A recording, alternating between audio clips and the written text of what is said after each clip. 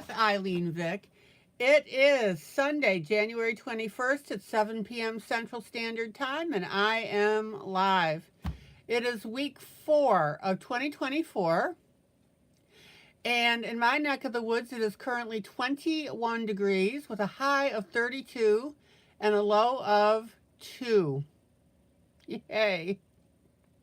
At least it isn't negative. Welcome to my broadcast. I'm here for the next 3 hours for coloring, companionship, chat, friendship, giggles and laughs, conversation, pretty pictures, learning about coloring, chat. I'm here for the next 3 hours. I think I said chat already. Oh my. Welcome to my YouTube peeps who come in and chat with me. That is always fun. Welcome to my YouTube peeps who come in, who watch my broadcast after the fact. And welcome to my Facebook peeps who see this broadcast after the fact when I download it into my group Teaching Adult Coloring with ILene Vick. Hello, Taylor. Hello, Maggie. Happy Sunday, happy Sunday, happy Sunday, happy Sunday to one and all. Maggie always likes to sing her way in. All right. So I've got a lot going on tonight. During the broadcast, I always color what's called a duet, which is a freebie that I give away in my group. And the idea is that if you color it with me and pace me, it's a great teaching tool. So this is the piece we're currently working on. We just finished up this little guy. He's such a cutie to do. A little mischievous, but a cutie.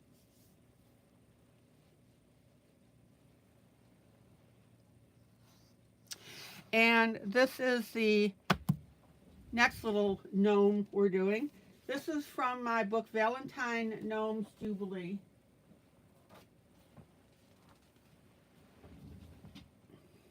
So I'll be coloring him, or them.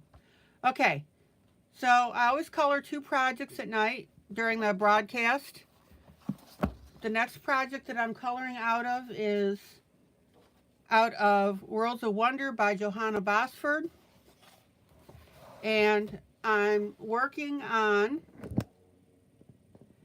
the goldfish pulling the jar.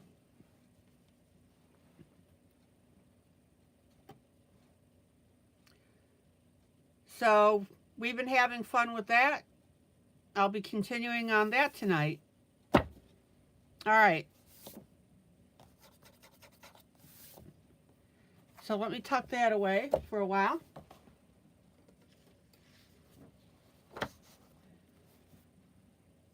And then I just got in several of my books.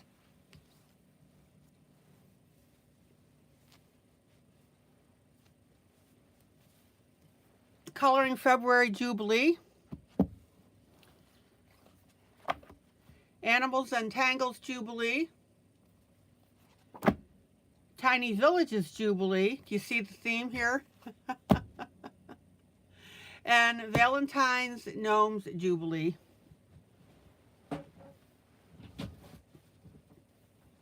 Maggie did this cover.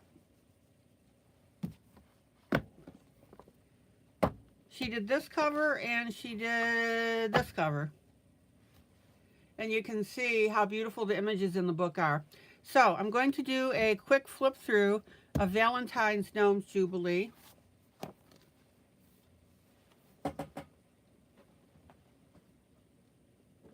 I'll do the other flip throughs in subsequent broadcasts. All right. So let me break the binding on here.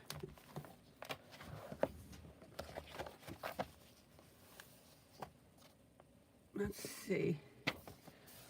So this is book number 93.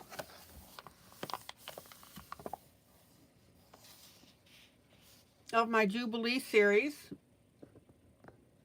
That's my moniker, is Jubilee. Hello, Dorothy. So let's get this done so that we can get coloring.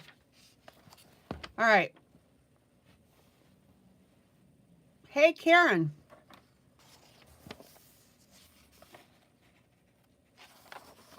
So I'm going to do a relatively rapid flip through here.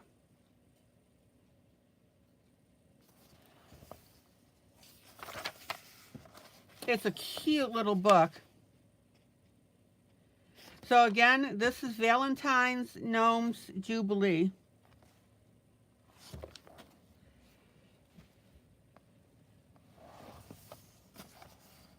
Karen, Dorothy, good to see everybody.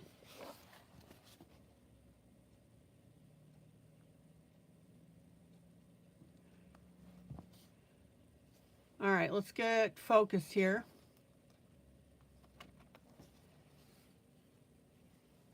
There you go.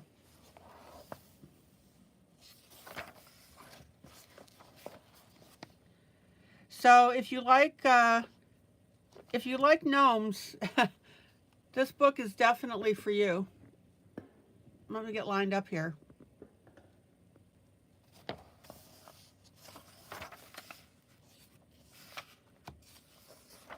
It's a pretty nifty book.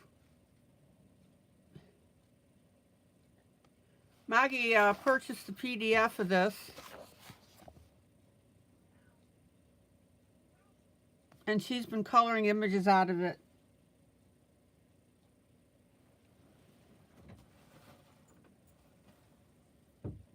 Oh, by the way, Maggie, you've been putting pending release on these books. If you would just edit your posts, they're not pending anymore. Look at this. Isn't that ridiculously cute?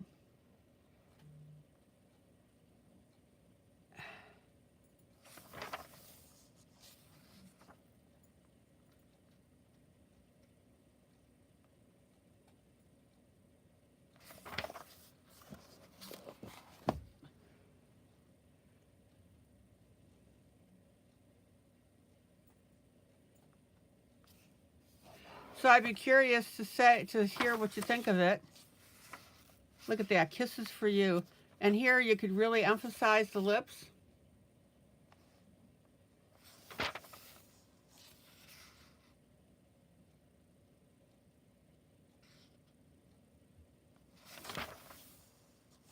Look at that, Love Street. Oh, Maggie, you did this one, didn't you?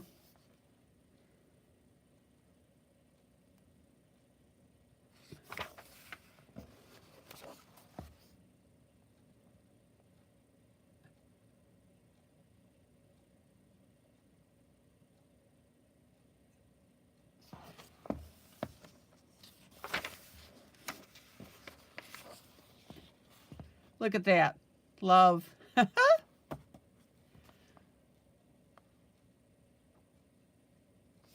Maggie, what did you just send me? I'll look at it in a second. Love filled with freshness.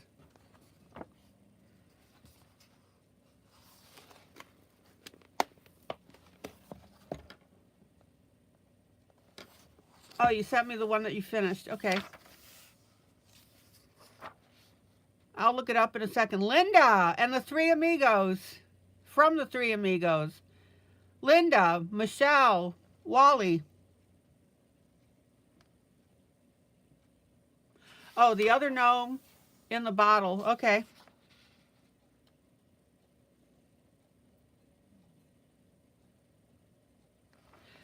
Now, I played around with this a little bit. Look what I put on the license plate.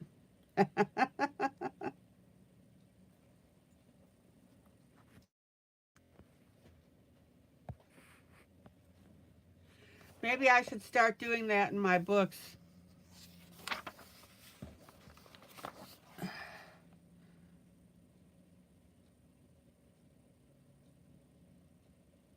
Now, these are basically light grayscale. Oh, the one in the car? Okay.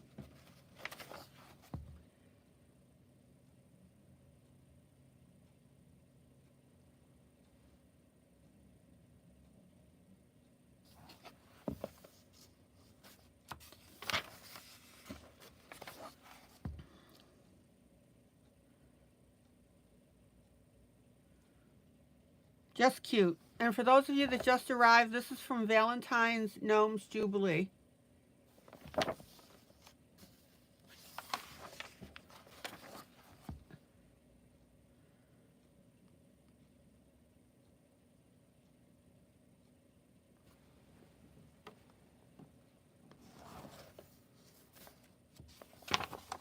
Let's see here.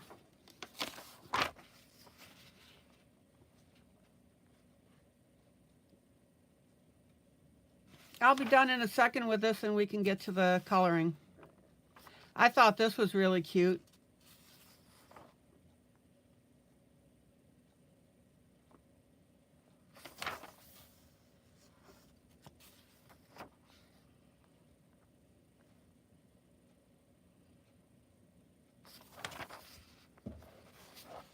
Now this one I had a lot of fun with.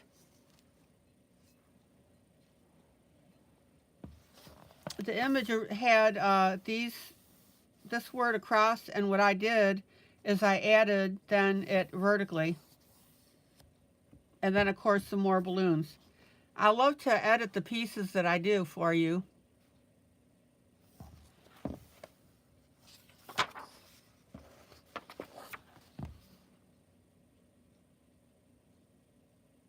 Gee, does this one look familiar? That's the one we're working on now.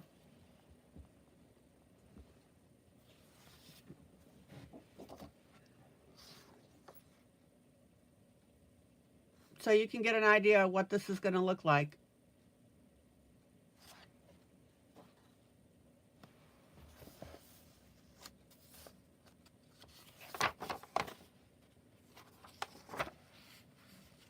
Just ridiculously cute. Cuteness overload.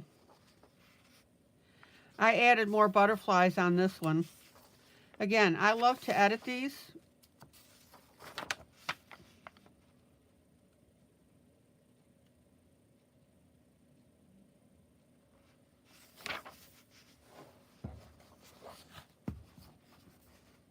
And look at that with the little horse.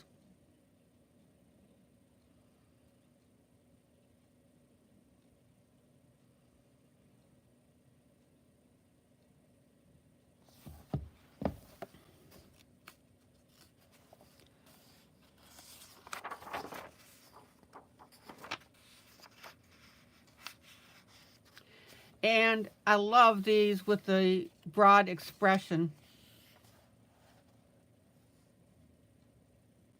I think that's really cute. Home Sweet Home.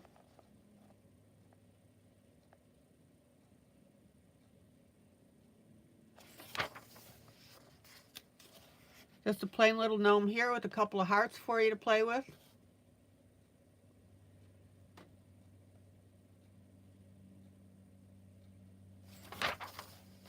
And this should look familiar as well. By the way, you guys did a really gorgeous job on this.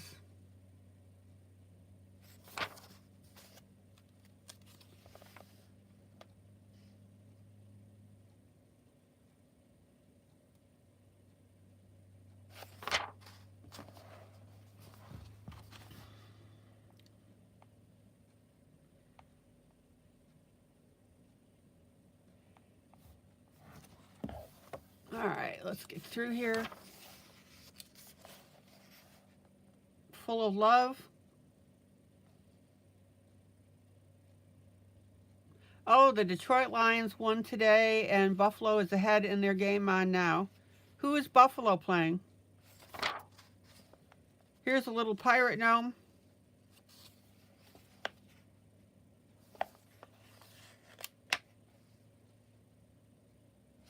So guys, what do you think? Do you like it?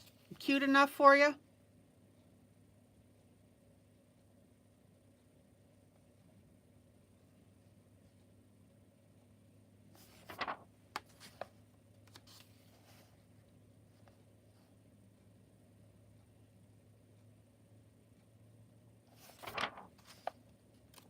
Here's another wide, grinning gnome. Again,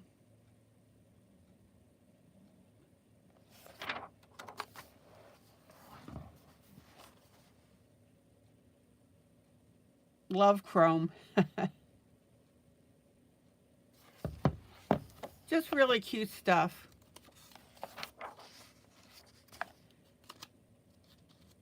Hey, if you have a book that makes you smile, which I think this one does,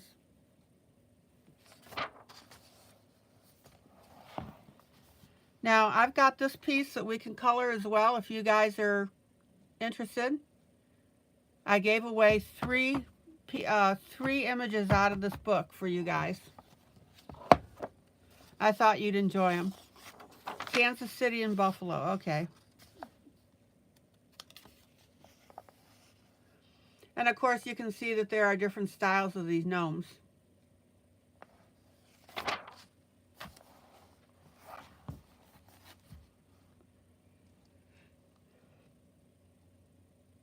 How cute is this?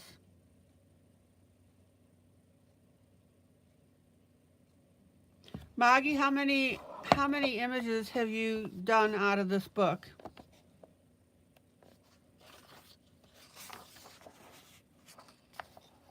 Here you go, Valentine's Day. And see, I added the extra hearts on this. I love editing the pictures.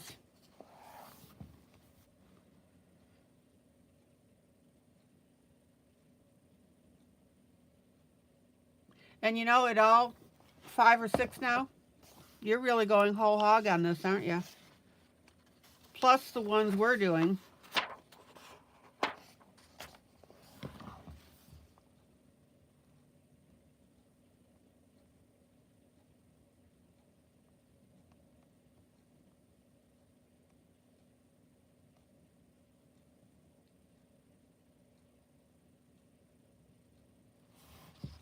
All right, almost done. Look at that. Isn't that cute? The little note making a heart symbol. Oh, and she is too. I actually didn't notice that.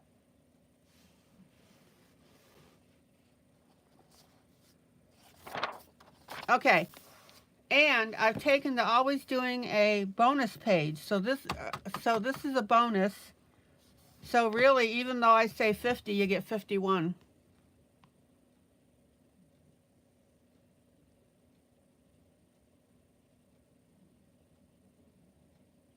Okay.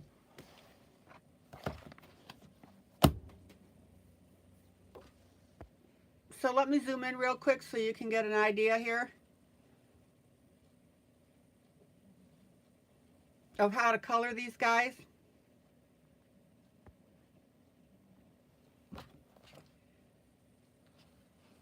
They're pretty cute. And the predominant color, of course, is what? Red. Isn't that beautiful?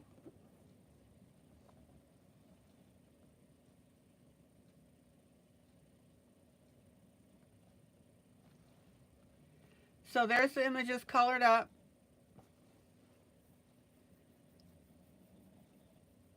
All right, I'm done.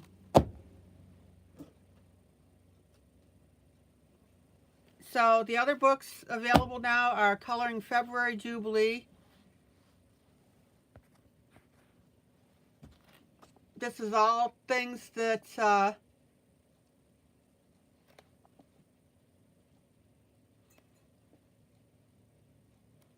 surround love. I'll be flipping through that probably tomorrow.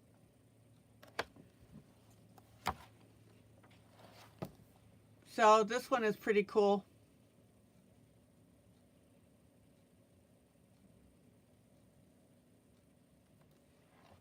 Linda, these are the original images that I work from.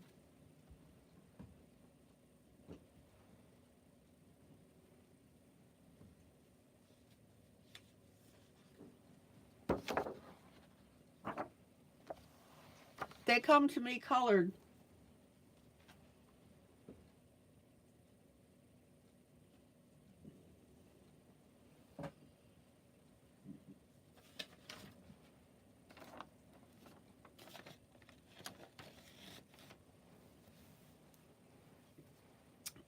So sometimes what I do is I use images that people have colored And sometimes I use images on the back of the originals. All right.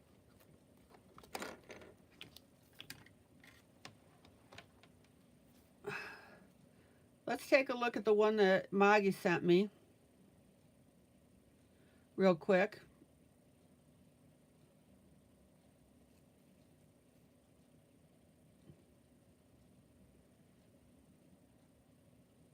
Oh, here's the one that she did.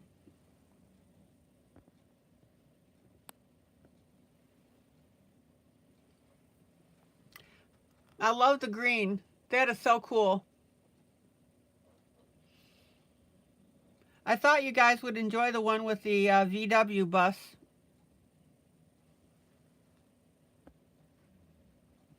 So, Maggie, did you laugh when you saw this picture with my name on it?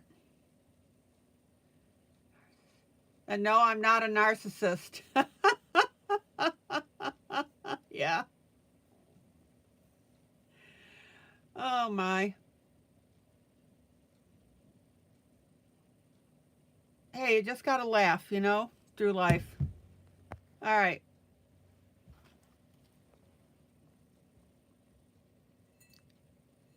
So let me get back here to my broadcast.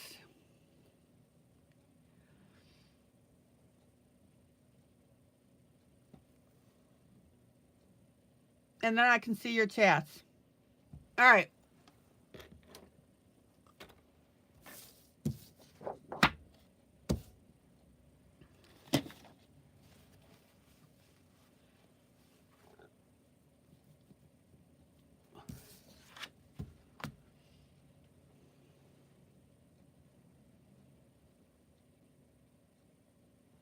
So this is from Valentine's Gnomes Jubilee.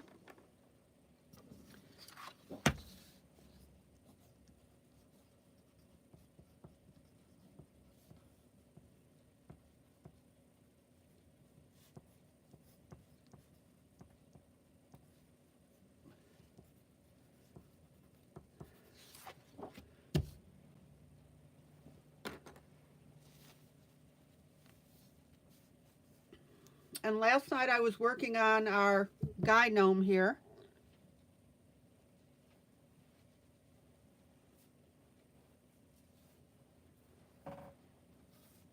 Let me get my paper towel and my scratch pad. All right, so we worked on the shoes. And I'm going to pop over to the little girl, and you'll see why in a moment.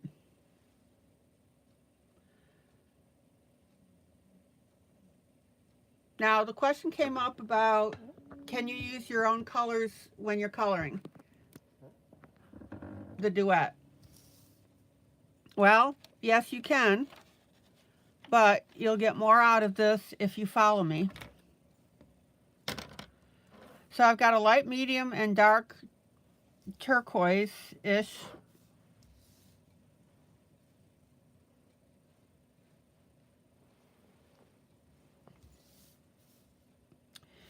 And we're going to start on her dress. I feel like I'm missing something. What am I missing?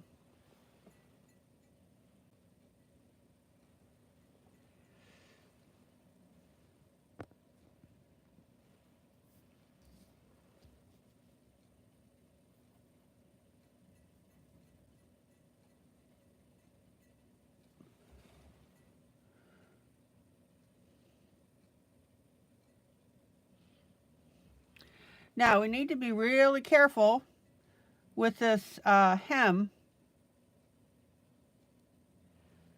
You can see that there is a lighter line here, and we need to do a little bit of the blue on the other side of that line. But don't go any further than that because we've got the little dress underneath here.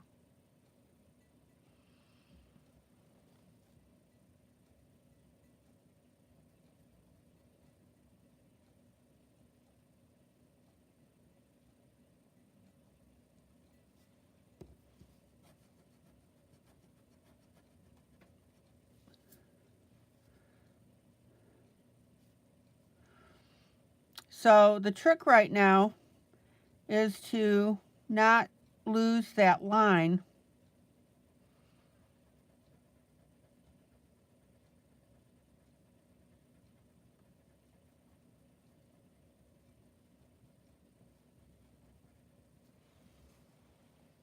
So there's my dark.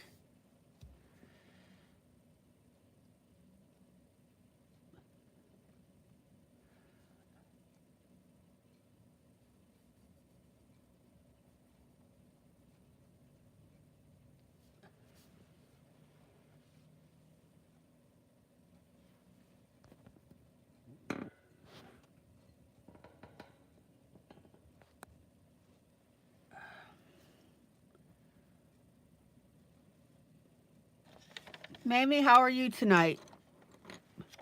Gotta say hello to Mamie. Mamie Hickstead.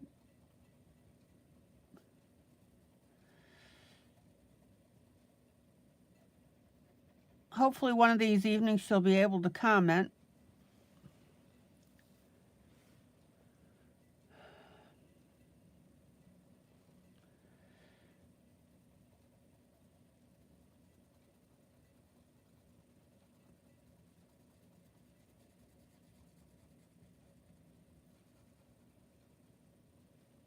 Okay.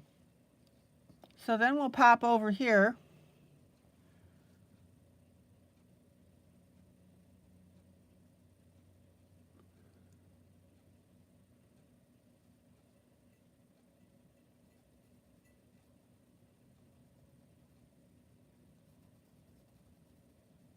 I'm still working on my darkest color.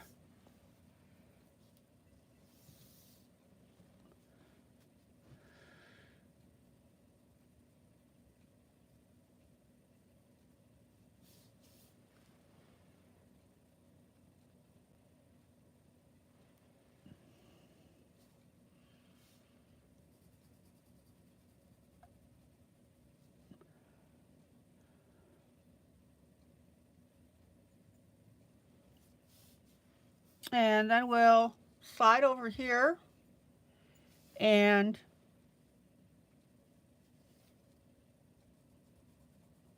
get underneath our little belt here.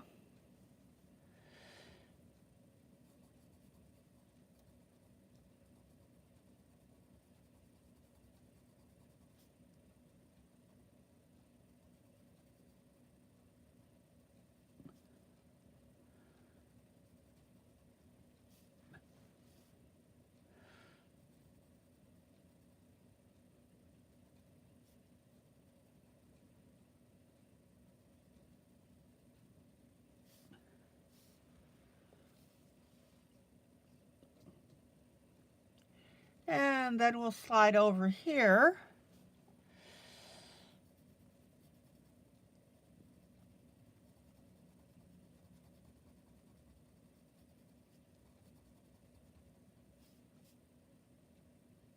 And when you get back to that little seam line, again,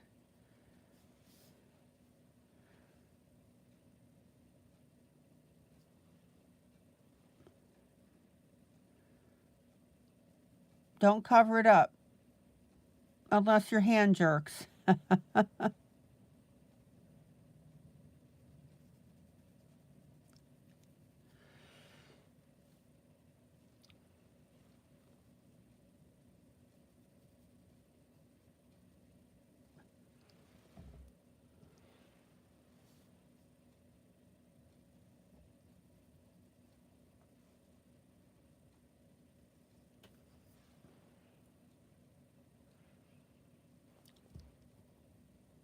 Okay, then I'm going to pop in with my medium.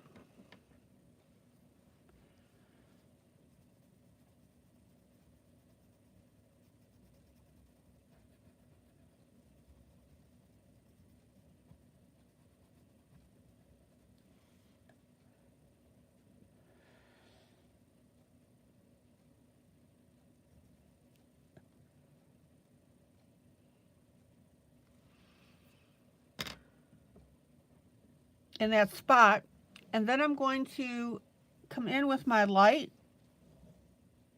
because I've got some highlighted areas here because of the ruffle. So I'm going to go ahead and color that in underneath that little line, just so I've got my bearings.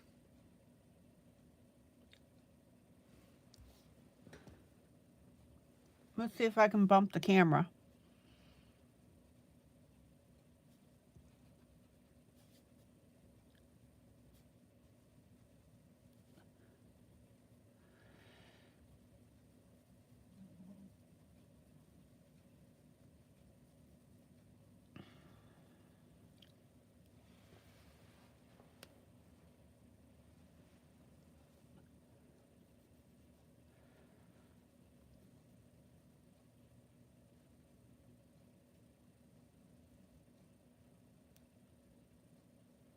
That whole front of that dress, I'm making the light because it's the most prevalent.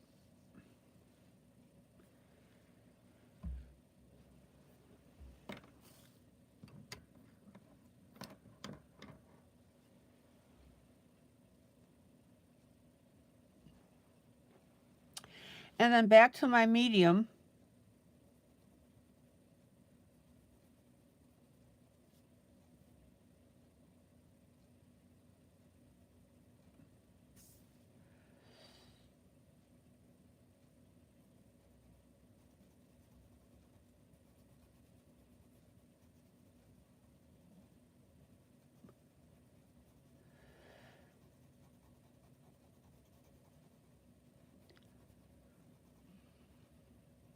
Now remember, just tease in your color.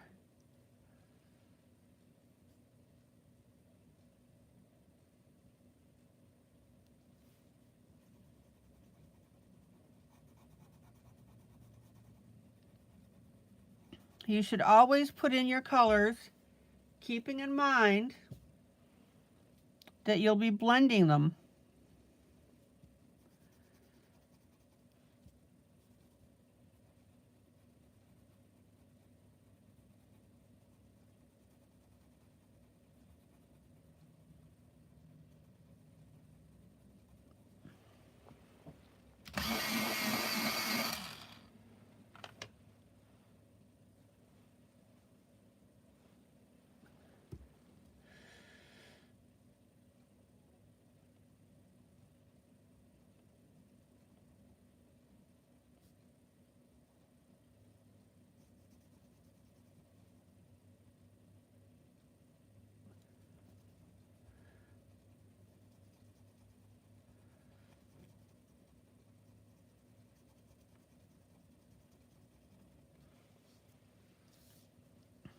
How pretty is this?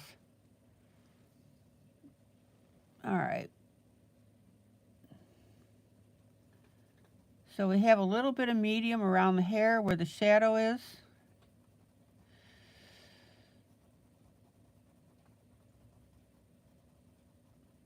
And then I'm going to blend in my medium at the top where I put in the dark.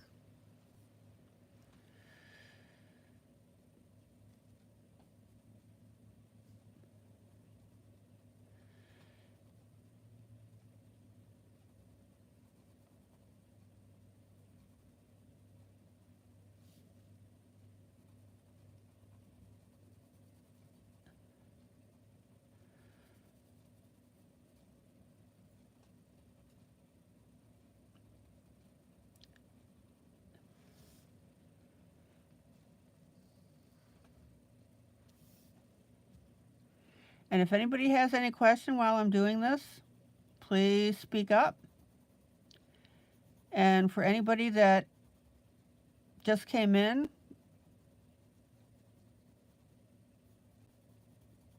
this image is available for you to download and color with me. This is the duet portion of my broadcast.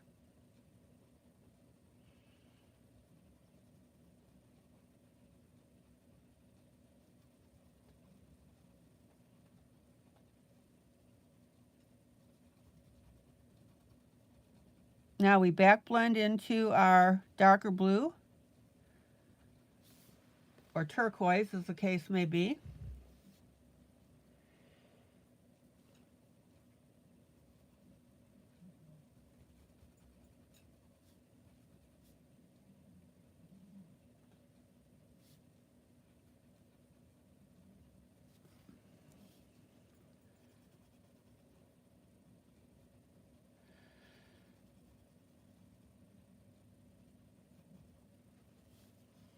Now, remember that I told you if you're ever coloring a segment, so this is medium, but it's a little bit lighter than our other medium here. Just lighten up how you apply your pencil.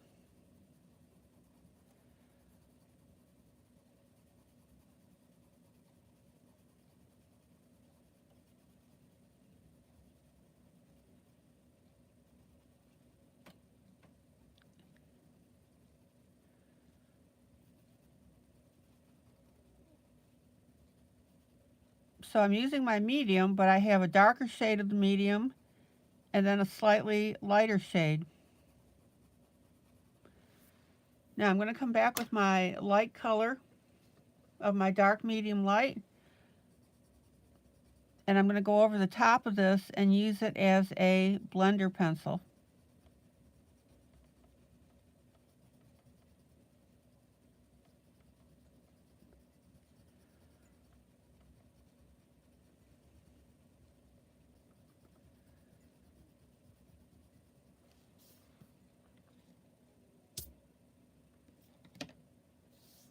Any questions?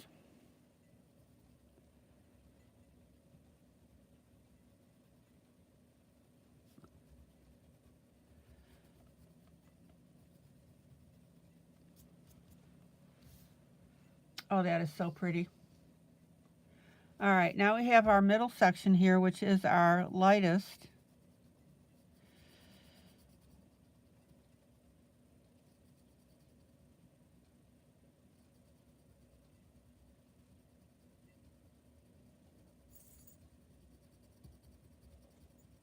So we back blend over our previous color, and we want to get rid of any lines.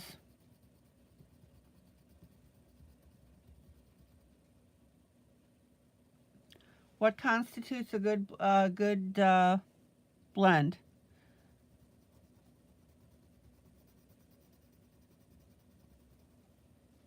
When one color seamlessly disappears into the next. That's the definition.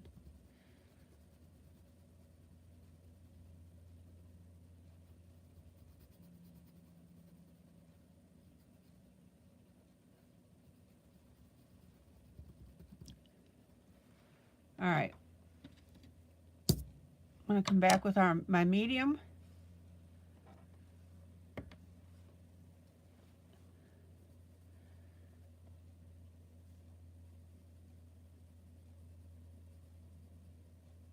And soften those edges.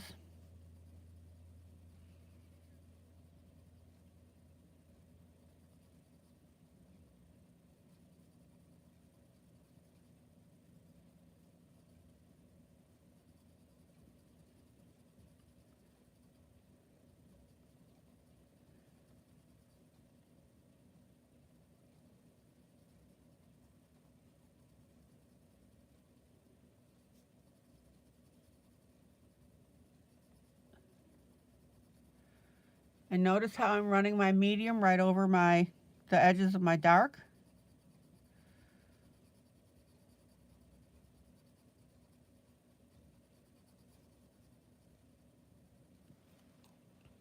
And if your colors are getting a little bit dicey on you, this is where you take your blending stump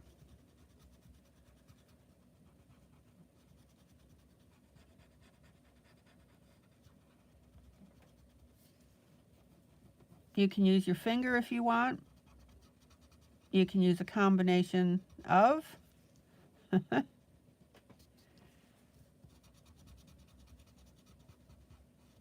Whatever you need to do to get that nice and smooth. All right.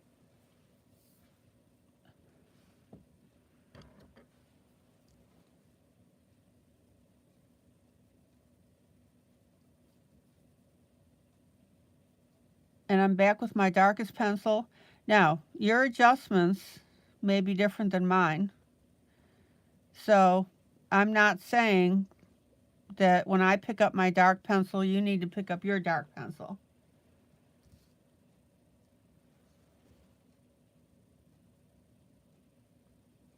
What I am saying is to achieve the look that I'm showing you.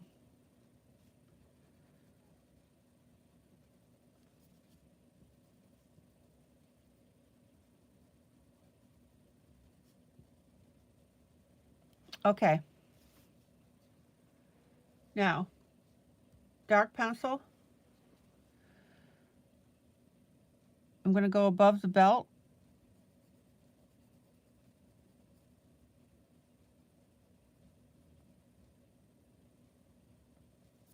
And again, this is where your dark is a little bit tricky, because remember, we've got to blend that into our lighter color.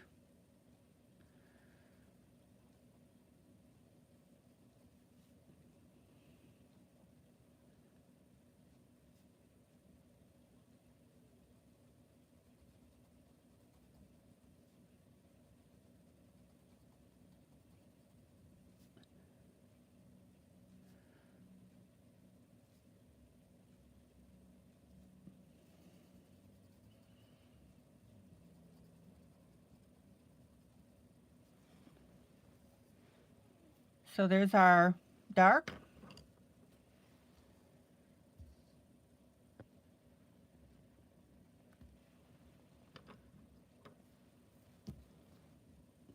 Medium.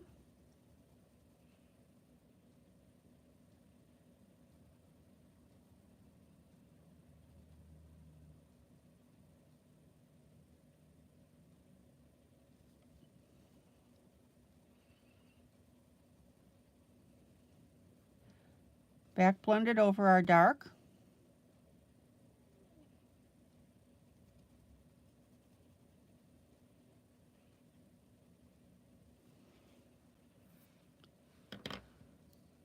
And then our light.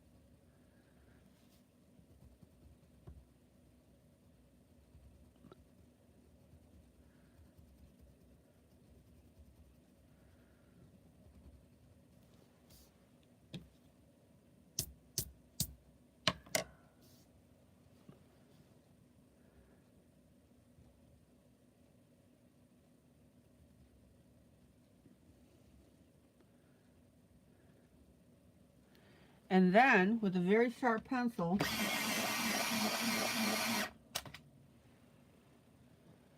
I've got to turn this. I'm going to turn this sideways. We've got a light line above that dark line.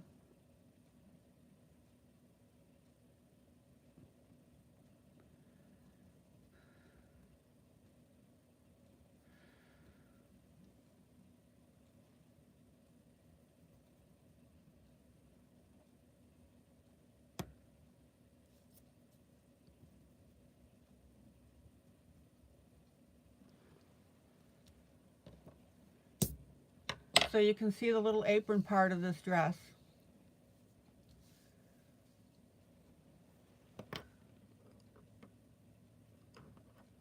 And I'm going to blend up that dark just a little better here.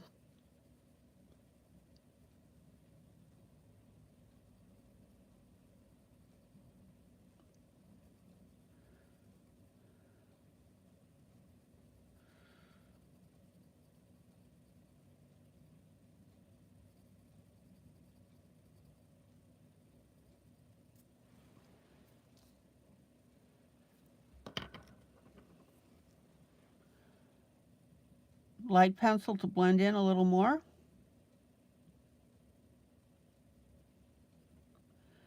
And get that nice and smooth.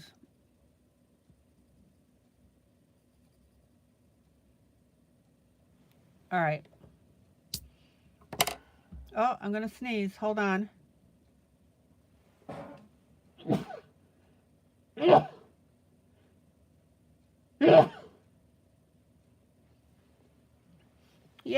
I'm healthy. 3 sneezes.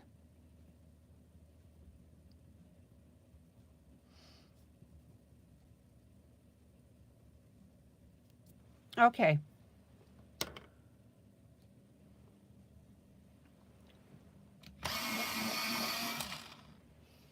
Then I'm going to take a Payne's Gray and go around the outside of my buttons.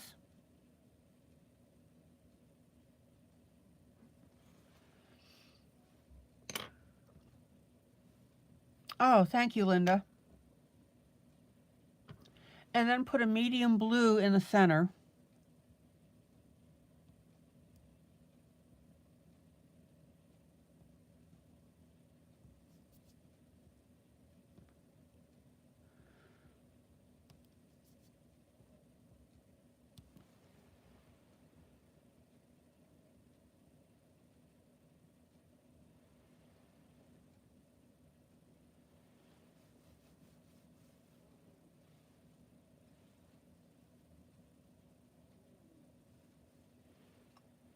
Okay.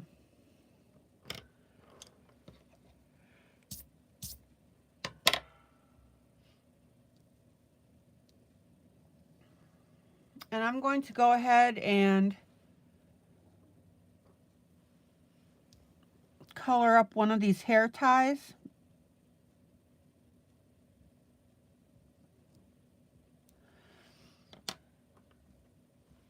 We can use our light and our dark blue.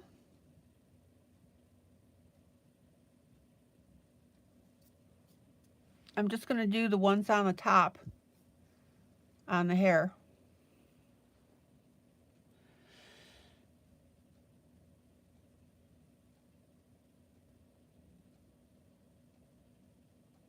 Take your time. They're teeny tiny. So there's my dark.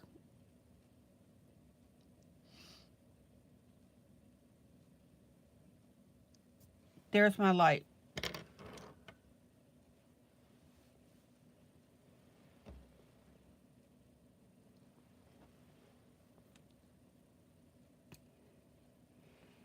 All right. Let's pull out and see how this puppy looks. Check it out.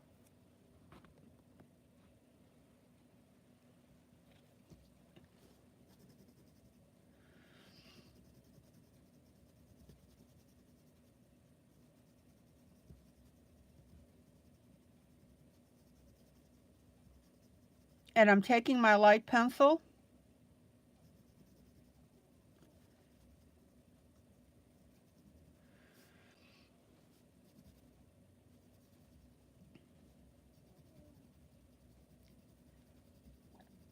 and smoothing everything out.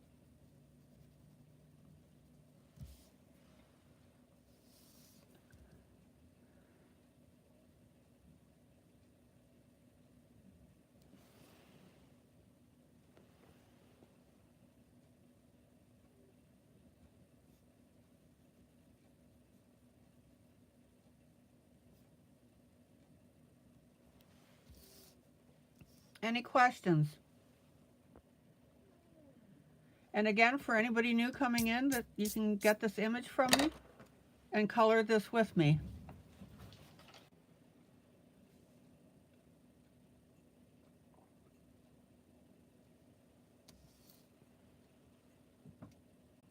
We'll get a little water there.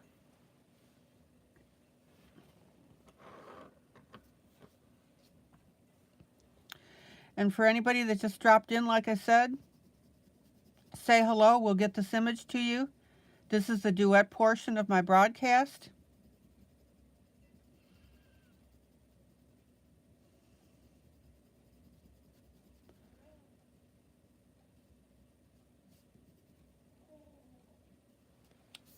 And the idea is that you color along with it. This is a teaching group. Okay.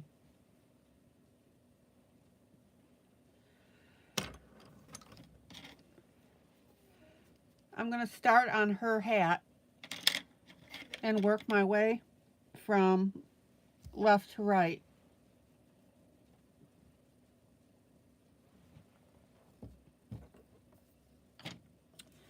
And what we want to get is a reddish orange. I'll swatch them for you. Excuse me.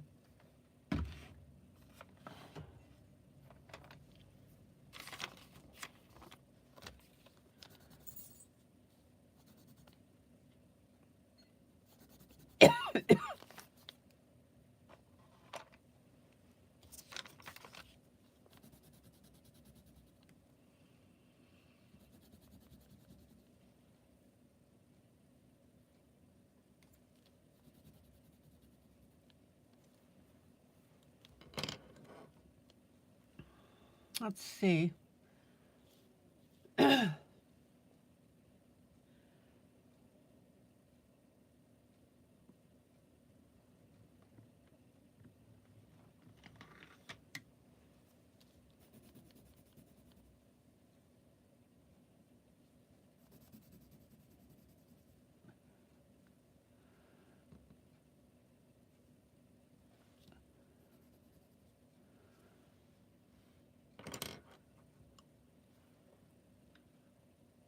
Uh,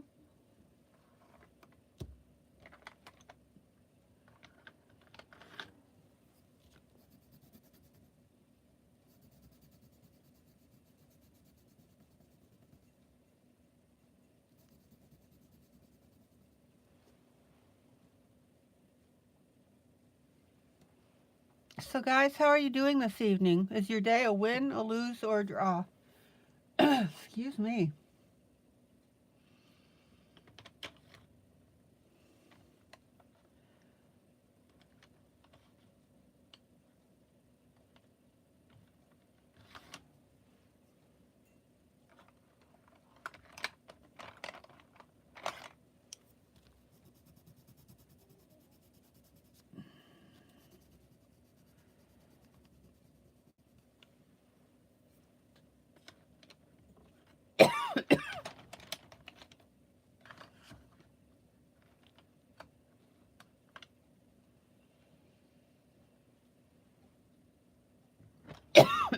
Good grief.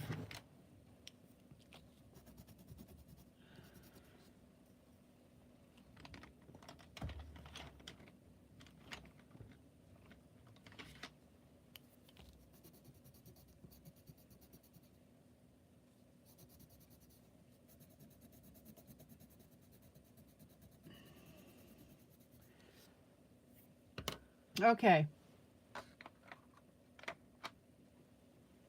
Let me get a fresh scratch sheet.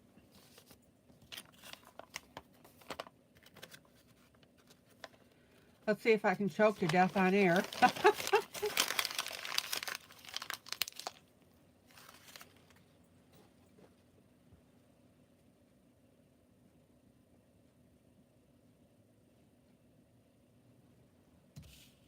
Okay, my darkest color is pretty dark.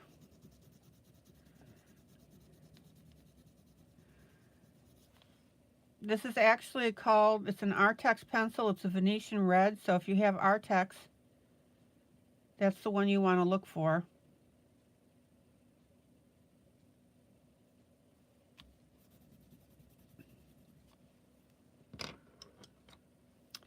Then I've got a tomato color. This happens to be a Brett Funner.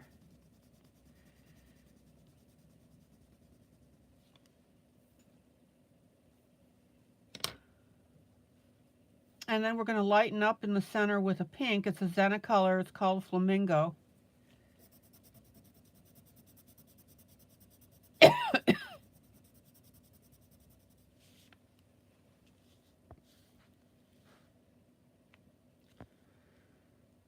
I'll sit on that a minute while I get myself some more water.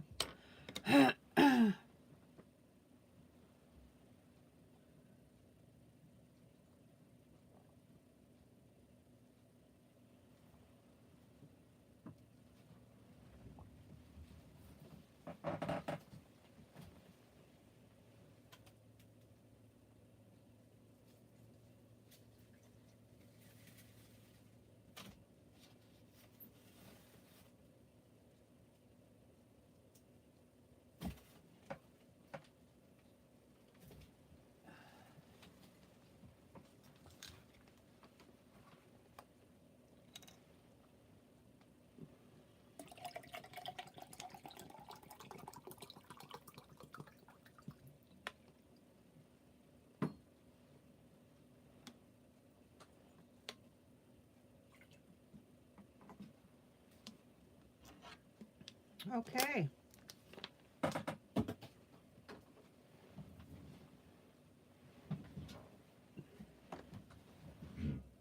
Everybody got their colors? As I'm bumping into my camera?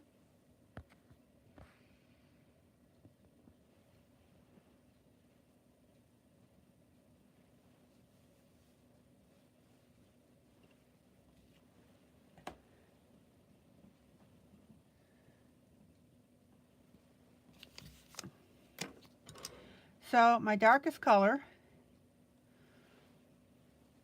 I'm going to start with that.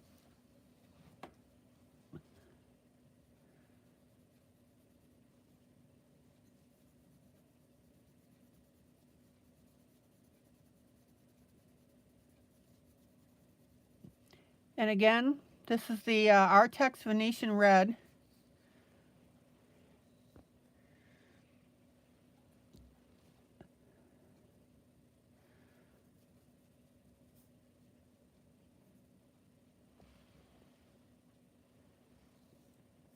Now I want you to notice something on this left-hand side. Our dark color doesn't go all the way over to the edge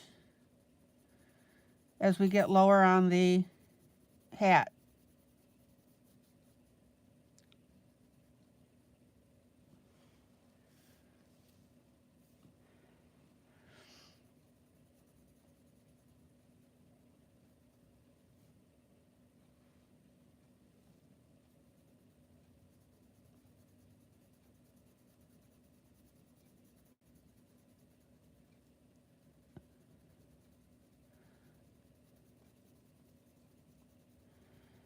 And also remember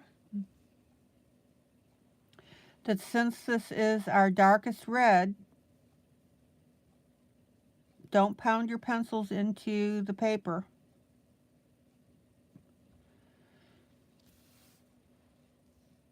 We've got to be able to blend it.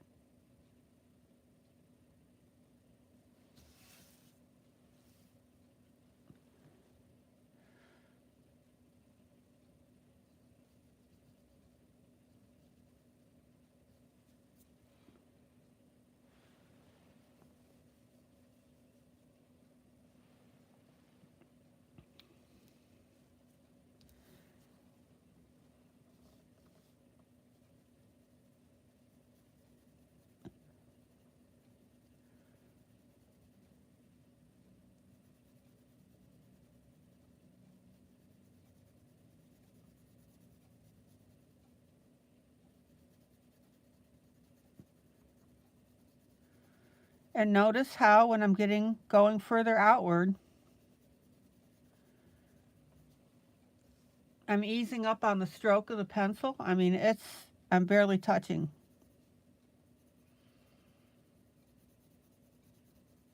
When you have a rich color like this, you want to set yourself up for that blending.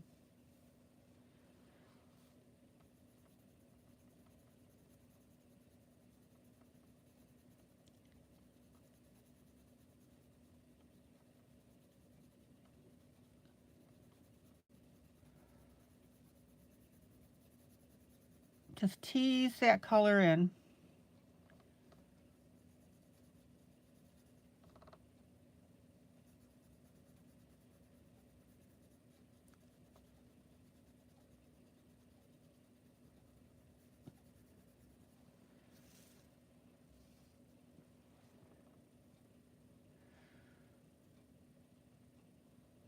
Remember, you can always go back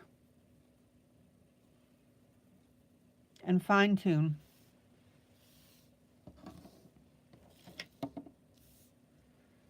All right.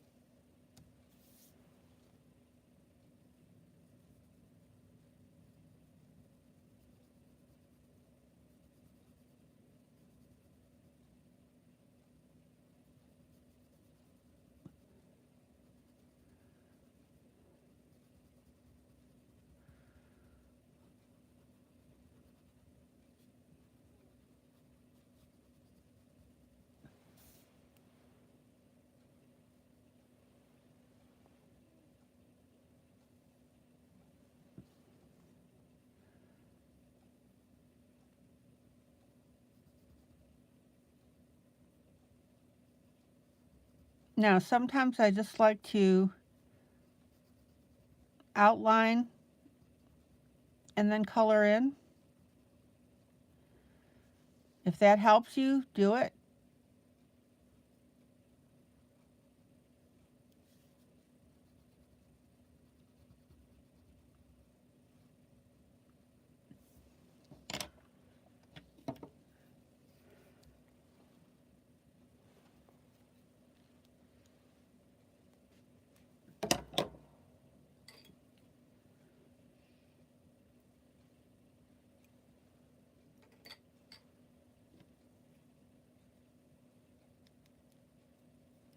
Let me clean up my edge a little bit.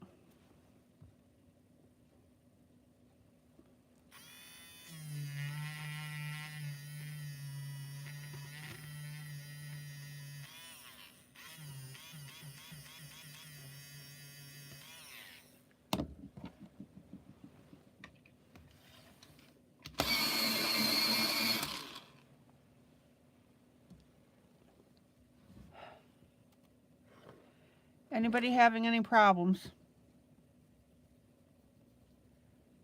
And we'll hook that red right around there.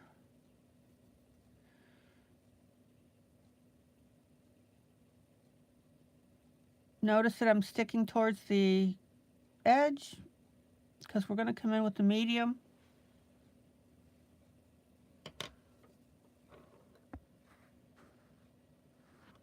And add that shade.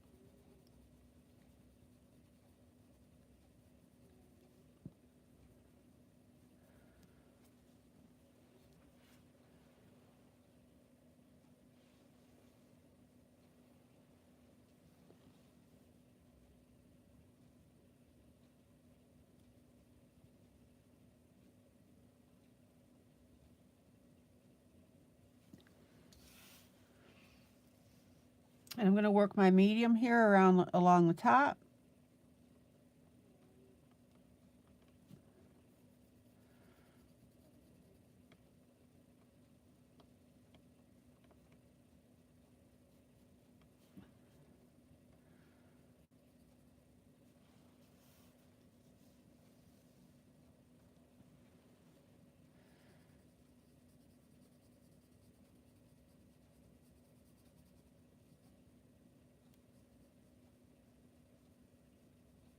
And then into our folds.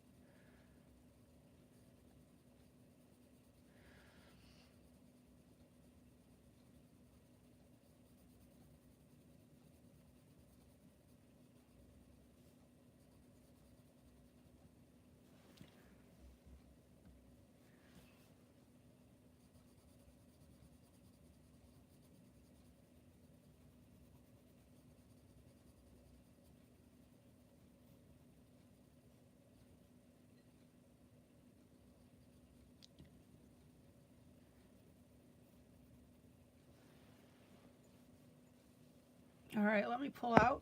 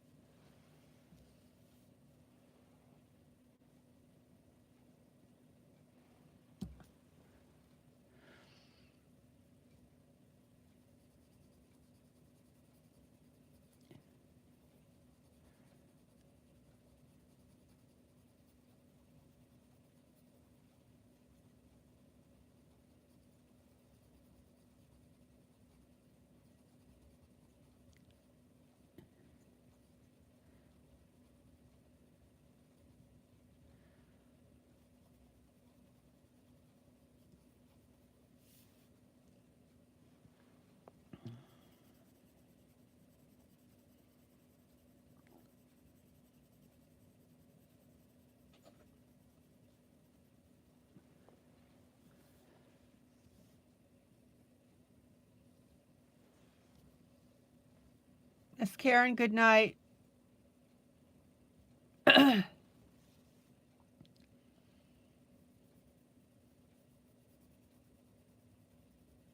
Watch the video when you have chance.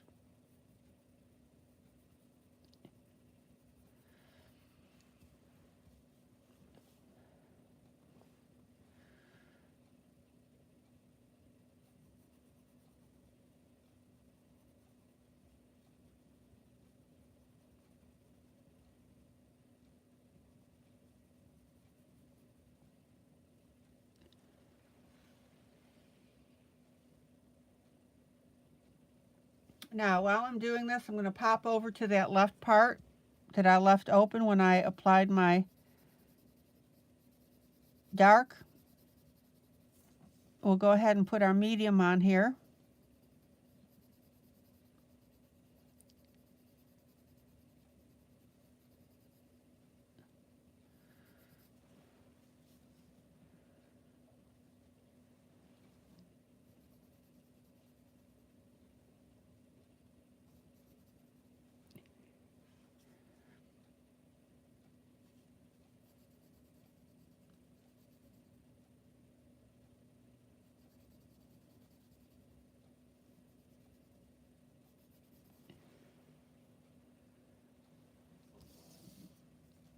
And then I'll run that medium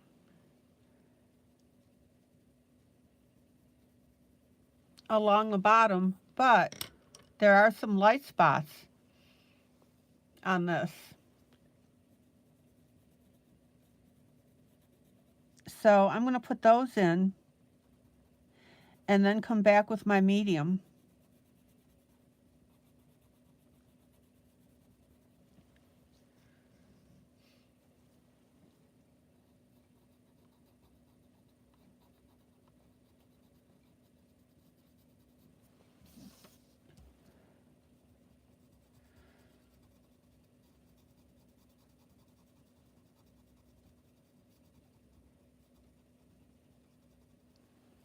All right.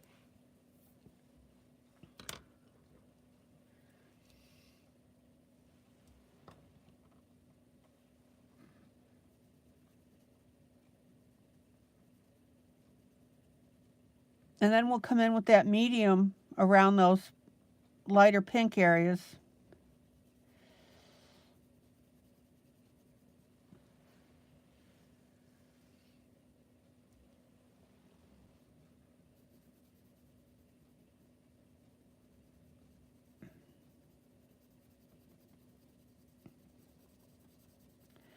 Now remember, when you're working with reds, you need to have a light hand with this.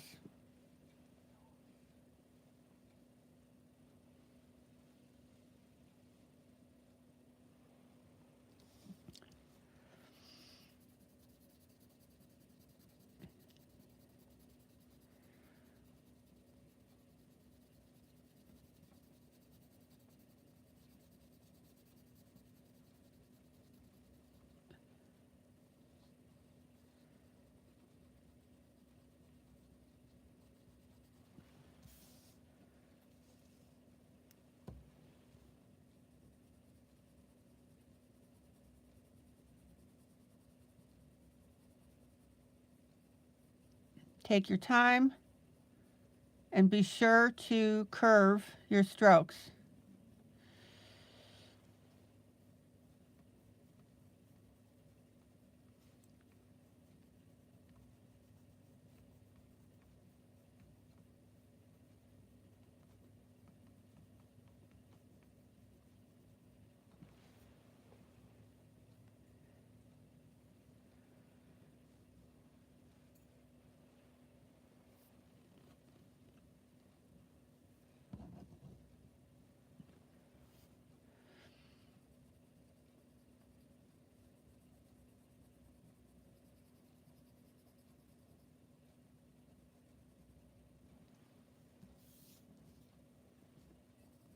Any questions?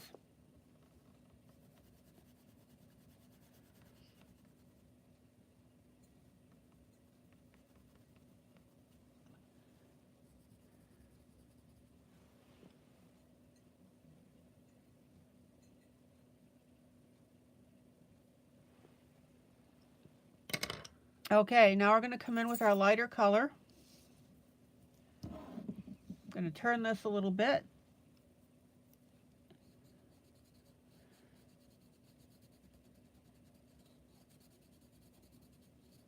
I'm going to curve this and back blend.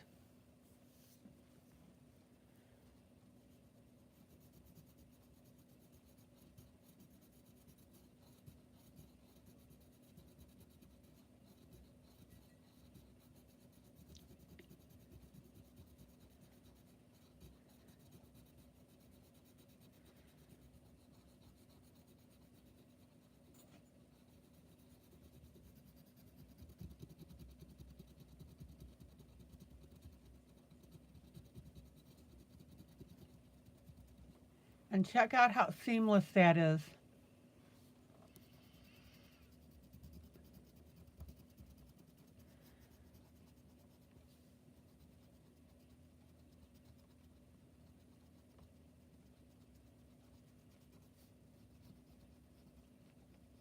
You literally want to obliterate that color change line.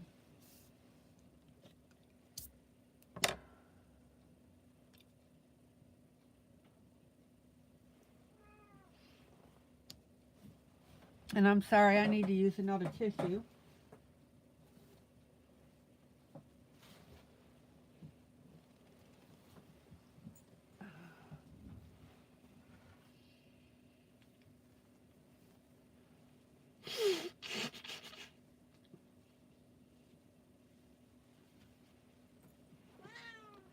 I'll tell you what, I can't wait until this cold snap snaps.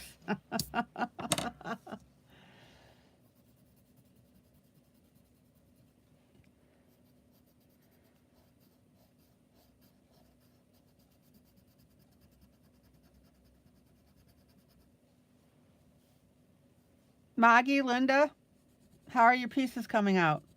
Linda, are you coloring with us tonight?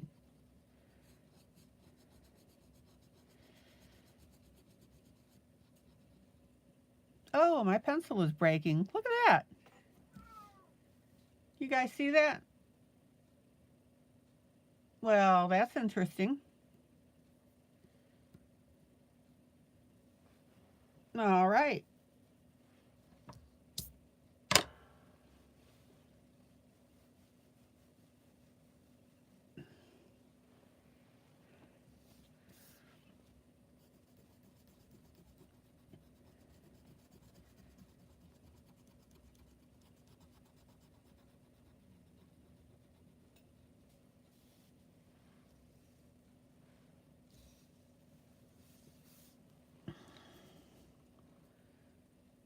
Huh.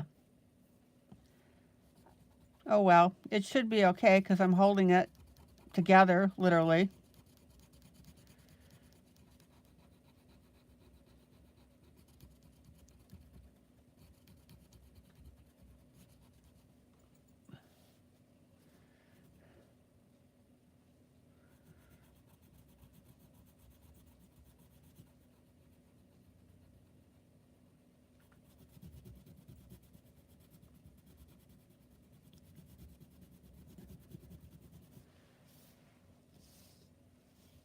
Okay, working my way up.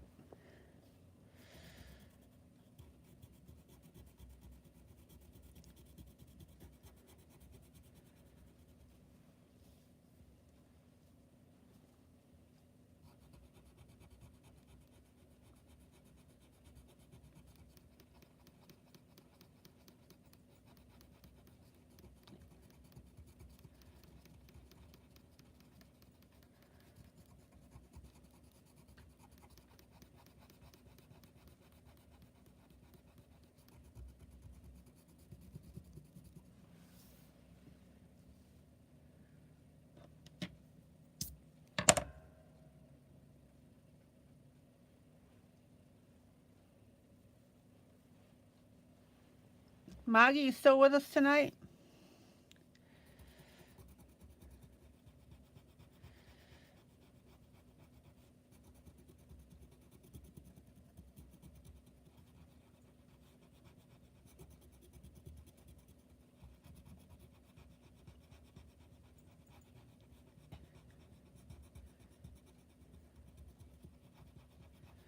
Mimi, I don't remember if you have a printer or not. If you do have a printer, I hope you're coloring this with me.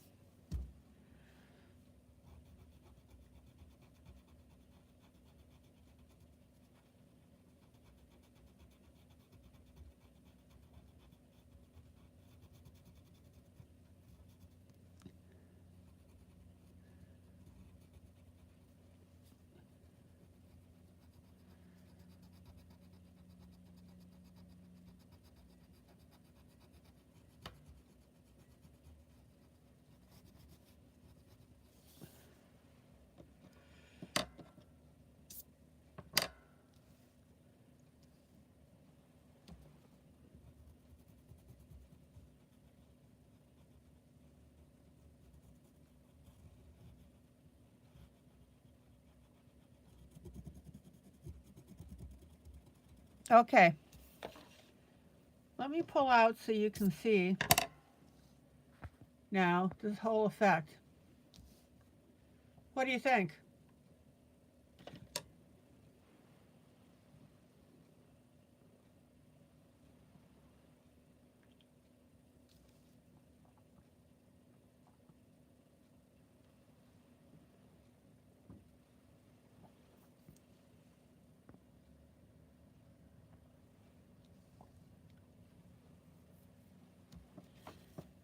Too cute.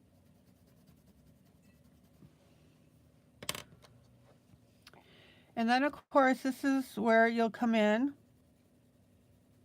So I've got my dark. And I'm just tweaking my blending.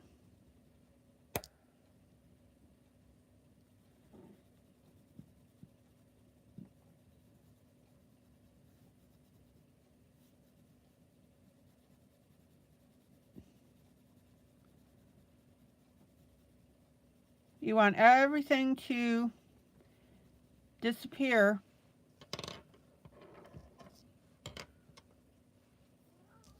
into each other.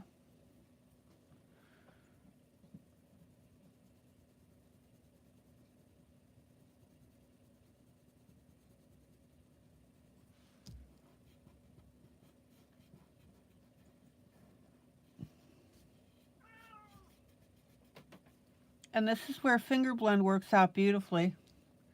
We have a large enough area here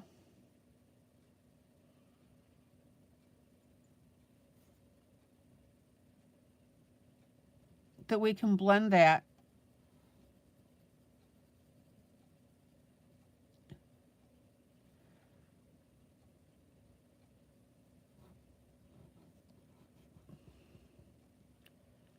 Guys, there's a light bulb going on about blending and why it's so important.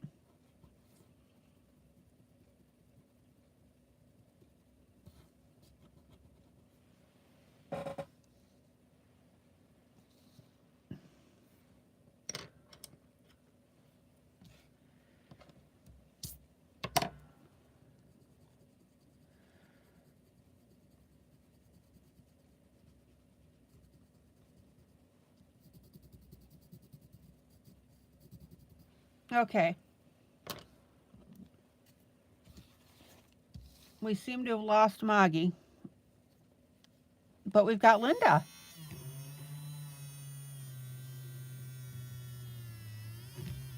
And Dorothy, I believe. And Michelle and Wally.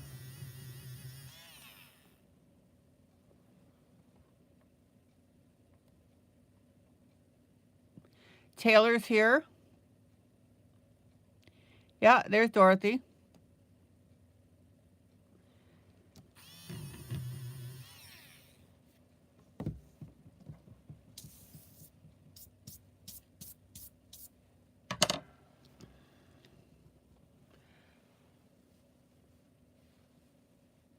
Okay.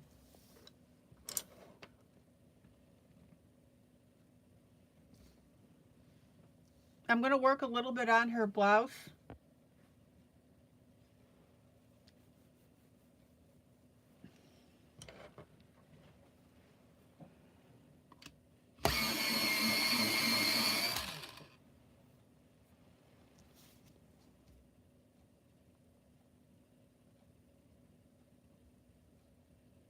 Taylor, you're coloring this with me, aren't you?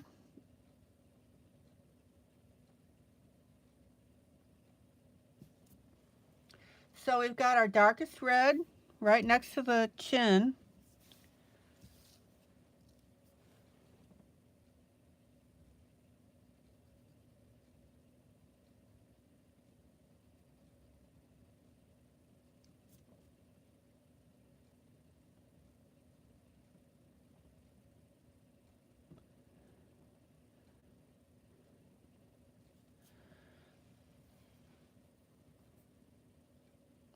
Now, instead of coming in with my medium, I'm going to come in with my light.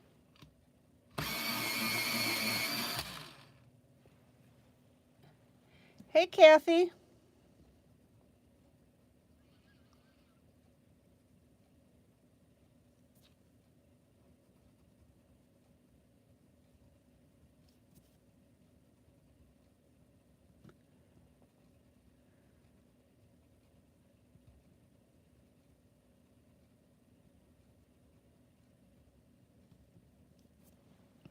And then I'm going to come in with that medium just a little bit. Let's get refocused here. I'm going to use the medium as my blender.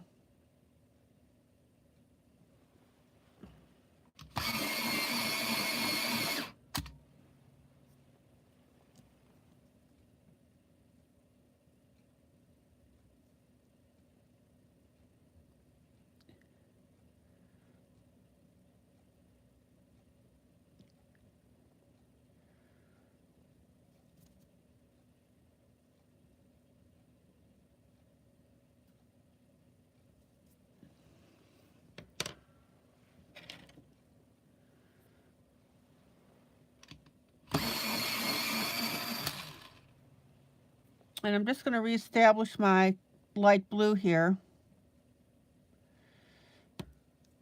Accidentally wiped it out. Not completely.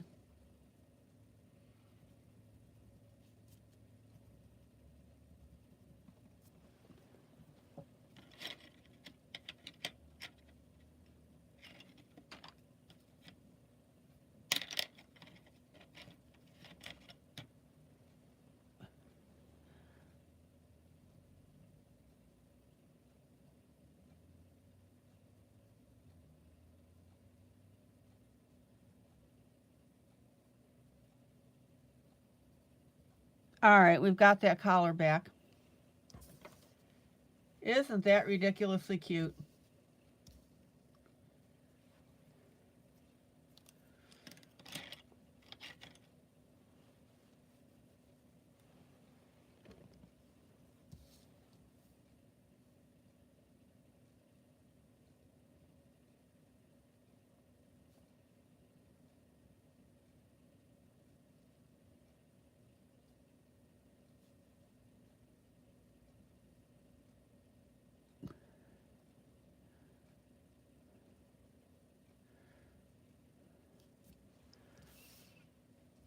Okay. Check it out.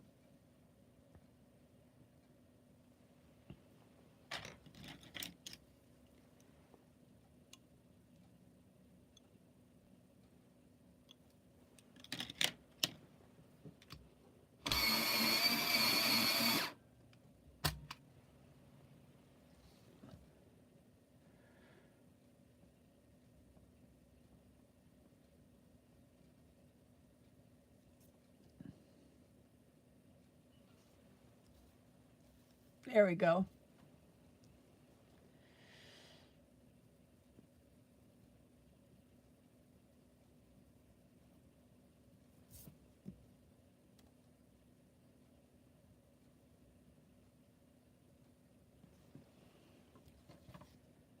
I think we're in pretty good shape.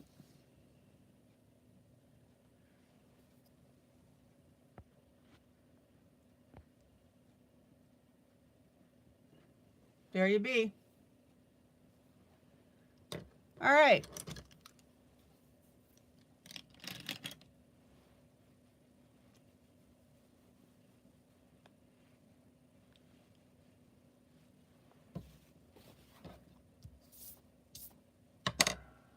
Kathy,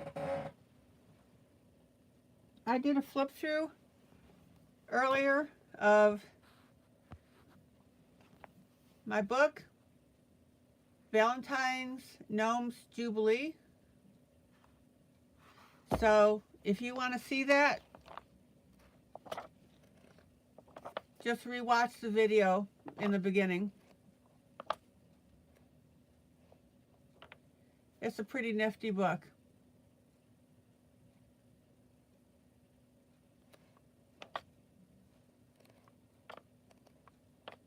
So just to let you know. All right.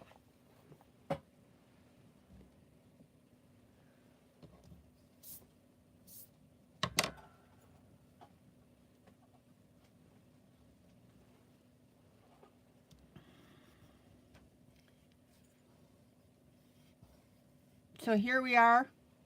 This is where we are on our gnome couple.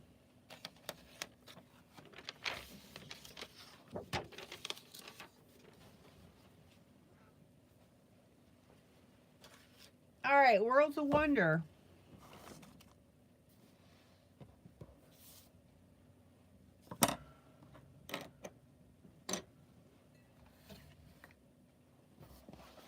So for those of you that don't have this book, of course, get your coloring projects out.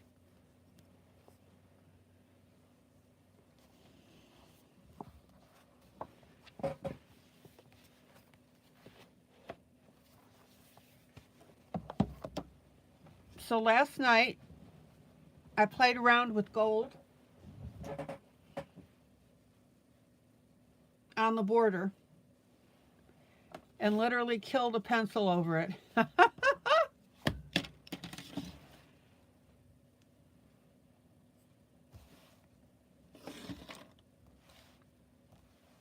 So tonight, we're going to play with that border.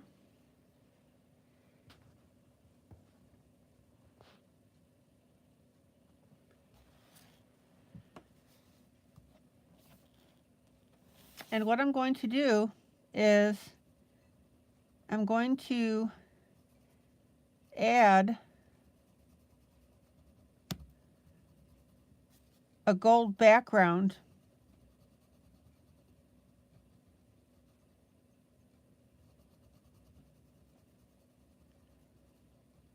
to these flowers.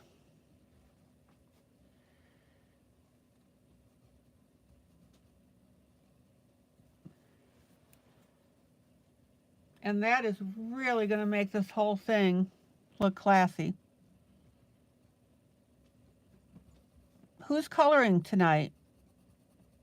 Some people come in just to watch for the companionship. Other people use this time to color their projects.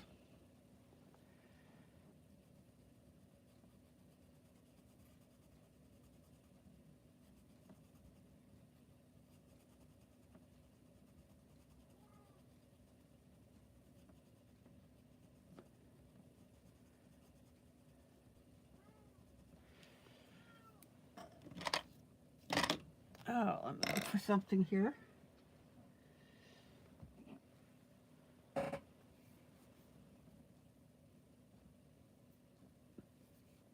Dorothy, you watched 3 videos this afternoon working on this picture. You're just watching tonight. Okay.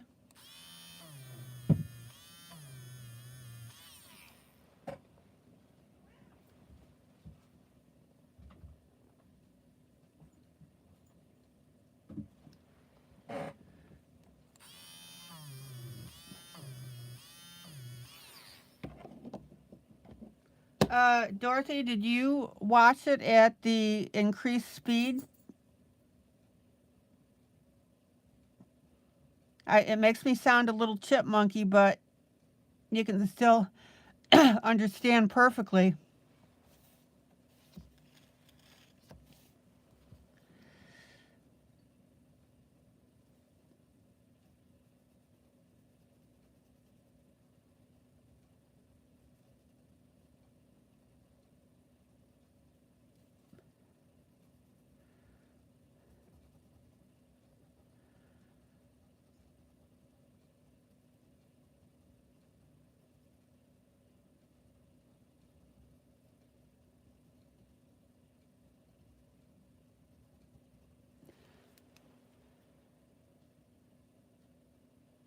And boy, is this going to look pretty.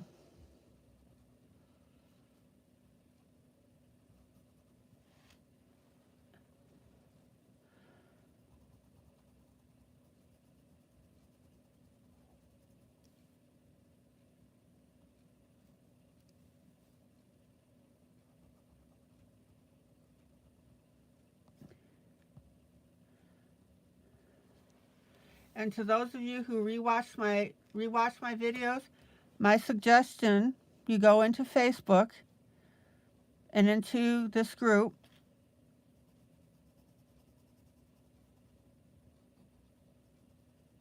tap on the video broadcast, and then in the lower right hand corner is a little clock thing. You tap on that and it gives you different options for playback. I play it back at speed 2. Oh, you watch and pause when needed. Gotcha.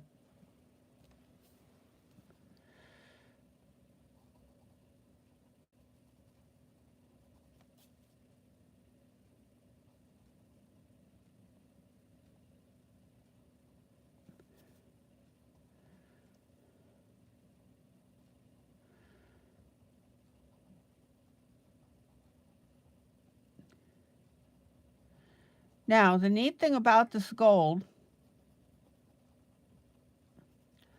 last night I did just the outside with the one pencil, and then my pencil died.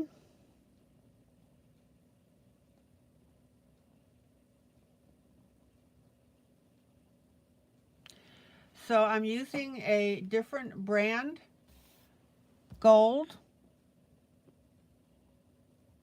to do this inside. And the neat thing about that is the color is just a little bit different between the two. Because of course it's what? Different manufacturers.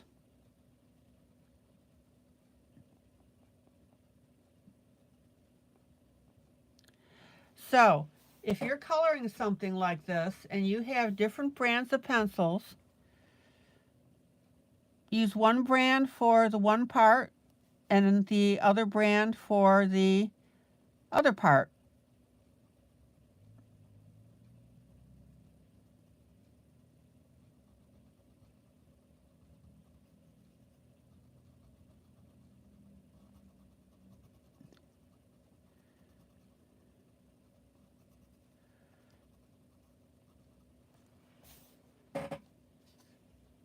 Oh man, wait until you see how this comes out.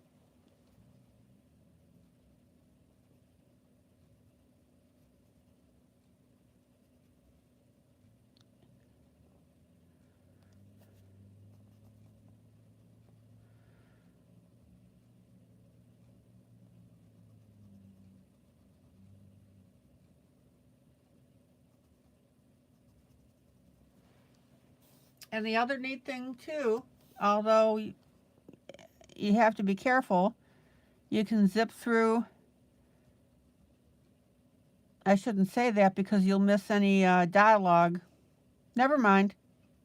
Oh my.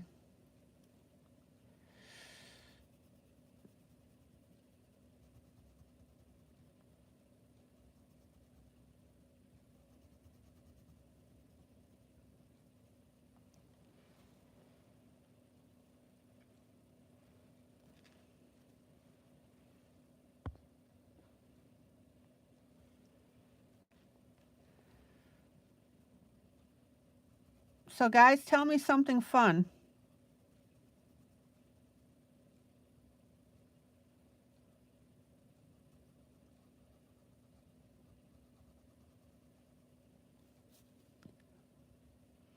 And if not fun, just tell me something.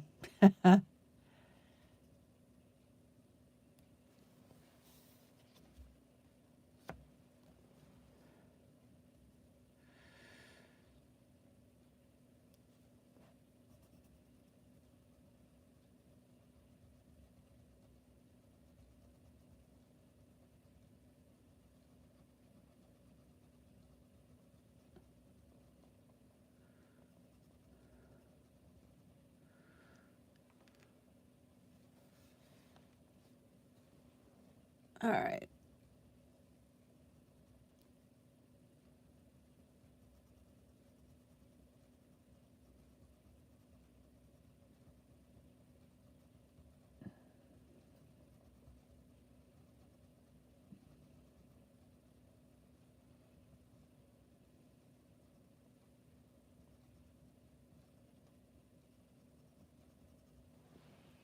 How pretty is that? Let me pull out.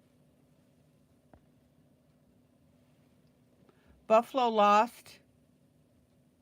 Oh, missed a field goal to tie the game. Allie and Russ. So they're out of the playoffs.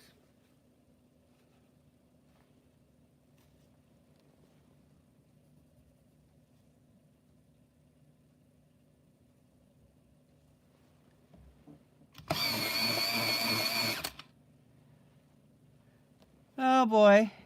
That's where you really feel sorry for the kicker, huh?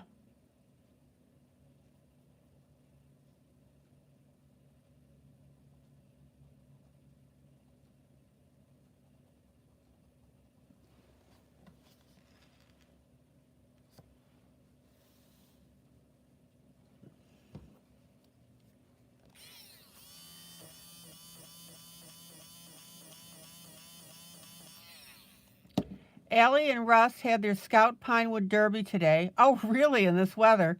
And Russ's car finished 10th out of 45, and Allie's won best looking. Oh my gosh. Moggy, you sat on that news all this time?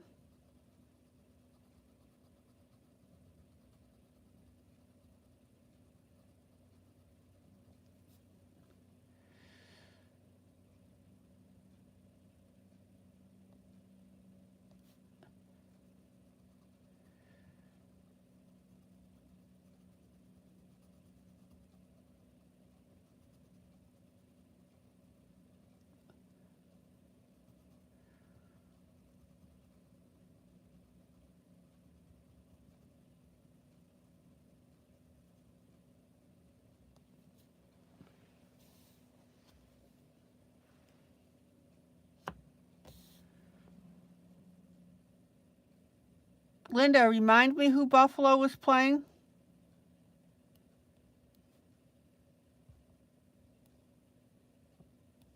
Buffalo, New York is my, a suburb of it is my hometown.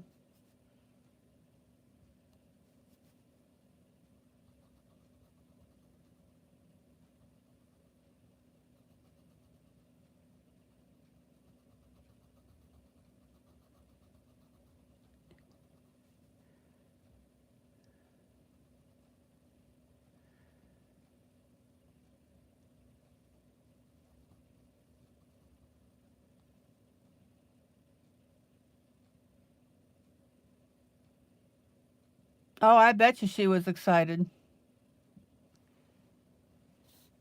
Good grief. What a nice little memory for her.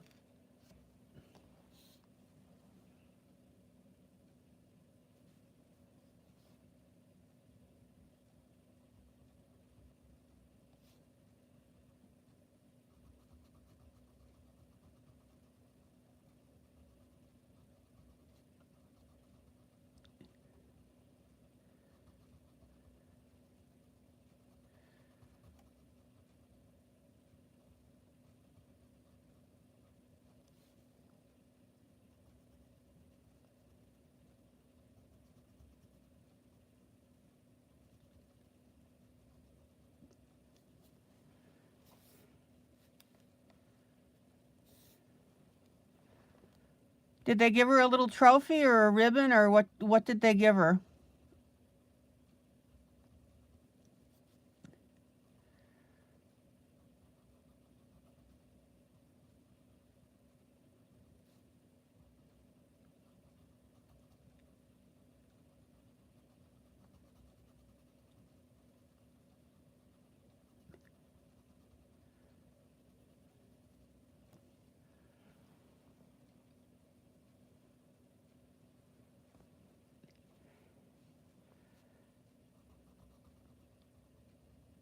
Okay, so notice how this metallic gold is working out beautifully.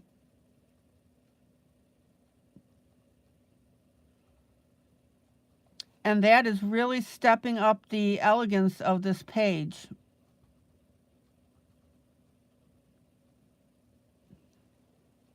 Oh, she got a medal.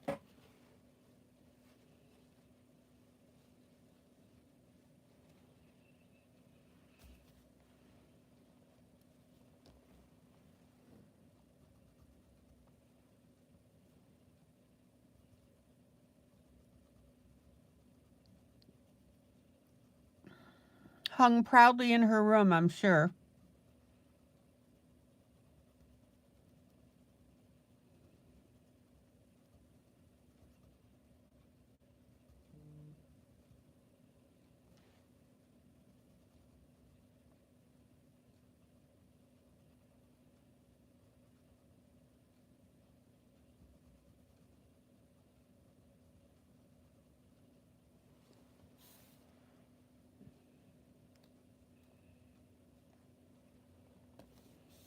Kansas City and Buffalo. Oh, Kansas City.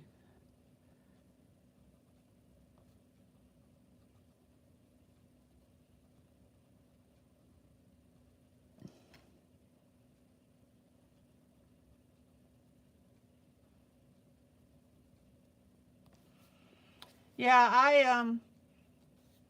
I have mixed feelings about the Kansas City.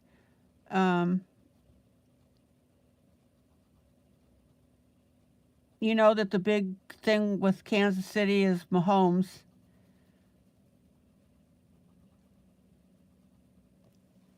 And I got so tired of the sportscasters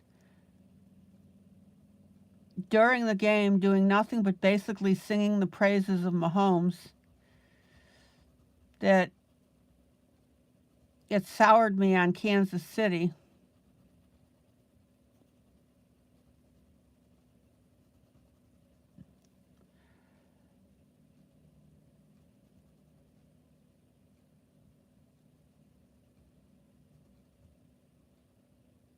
Now, I'm not an avid football um, watcher, but you know, if there's a game on, I'll pop it on in the background while I'm doing stuff. Kathy, how are you doing on your piece?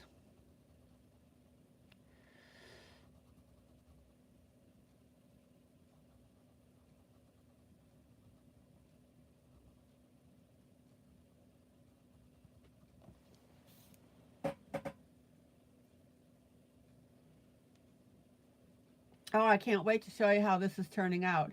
Now,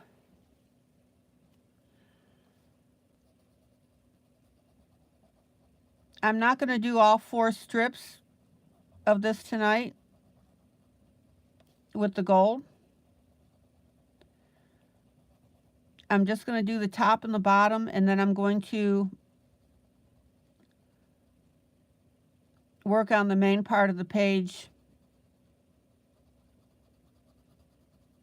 after I get that done.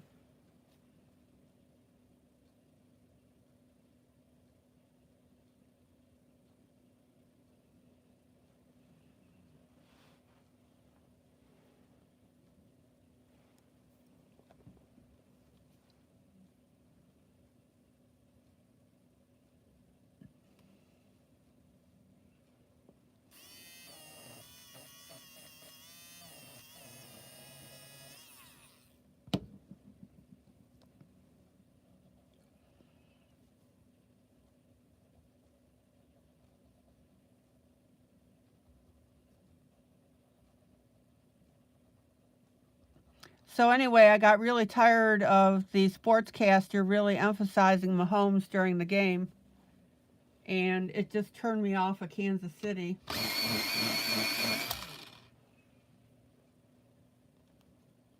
They play the Ravens next week? Okay. Tennessee Titans ended up in last place this year.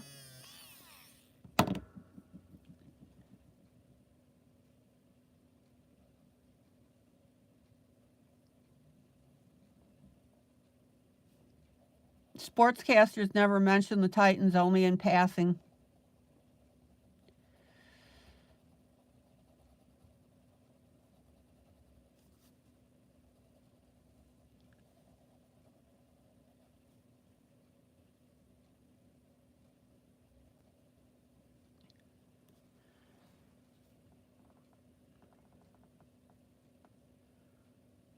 Kathy, you like the gold on the border? Yeah, it is gorgeous. Wait until you see it when I pull out.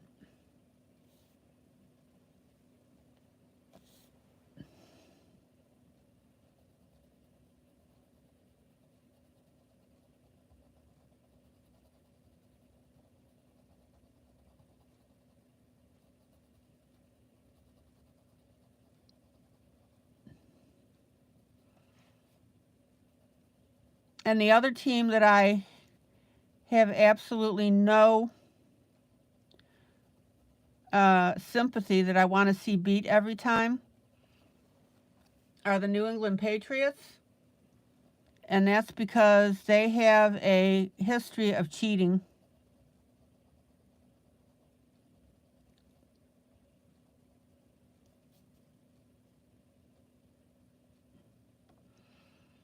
All right, now be sure to get in between these little green leaves here, or whatever, or petals, with your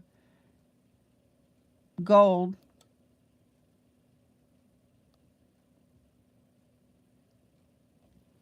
There we go. See that?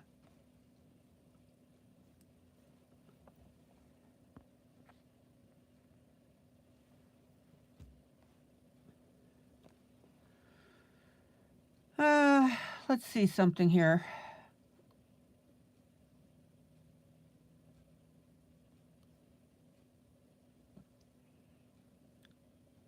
I'm going to color the center gold on these, and that way it gives us a different look.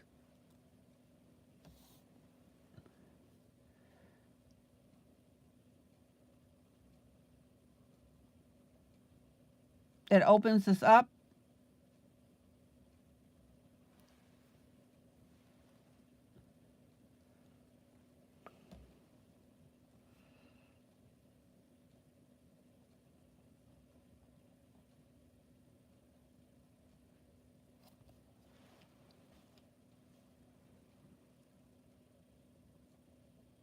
And for anybody that's joined us, I'm doing Worlds of Wonder.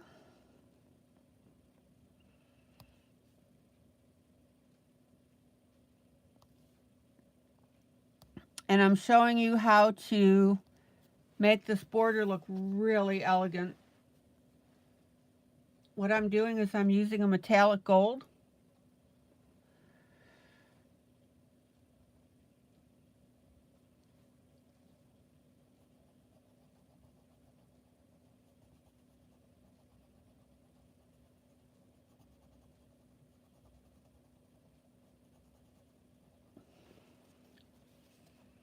And it is really making this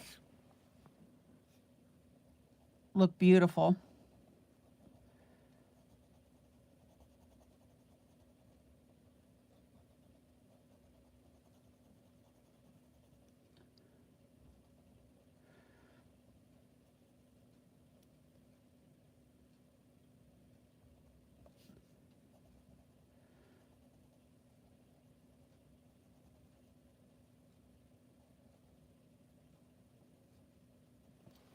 What I may actually do is, when I'm off camera,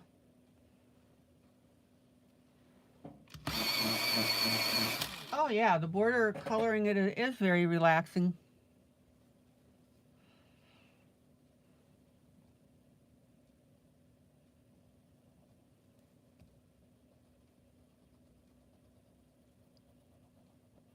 Is I may just go ahead and do the other 3 or 2, depending on what I do tonight.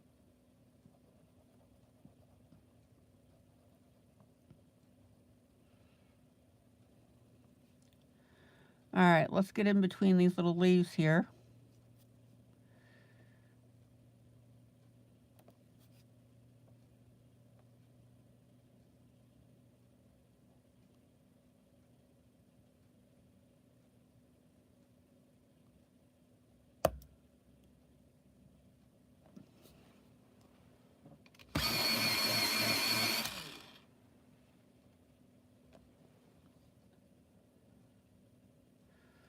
I'm almost to the point where I can show you how this whole thing is going to look.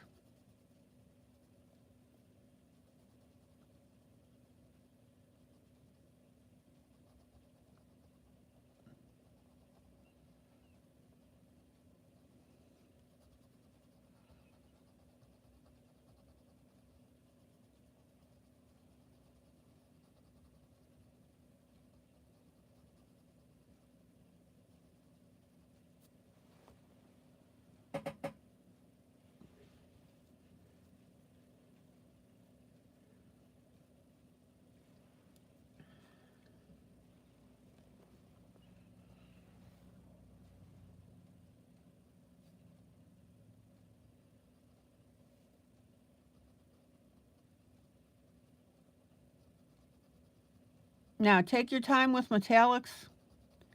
You want to make sure that you've got an even coverage. If you don't, it's going to look funky.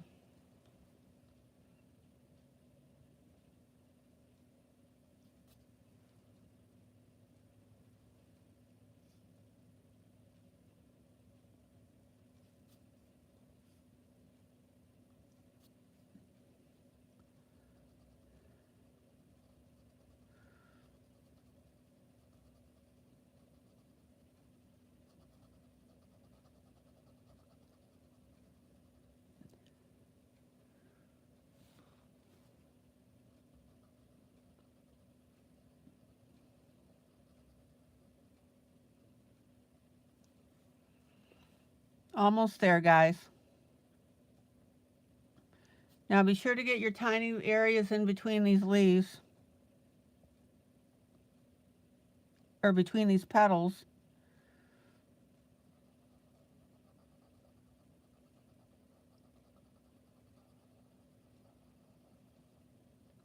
And that way you'll have good separation on your petals.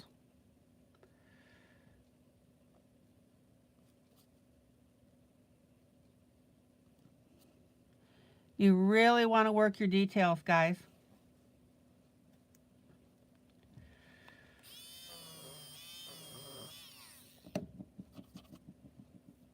Okay, almost done.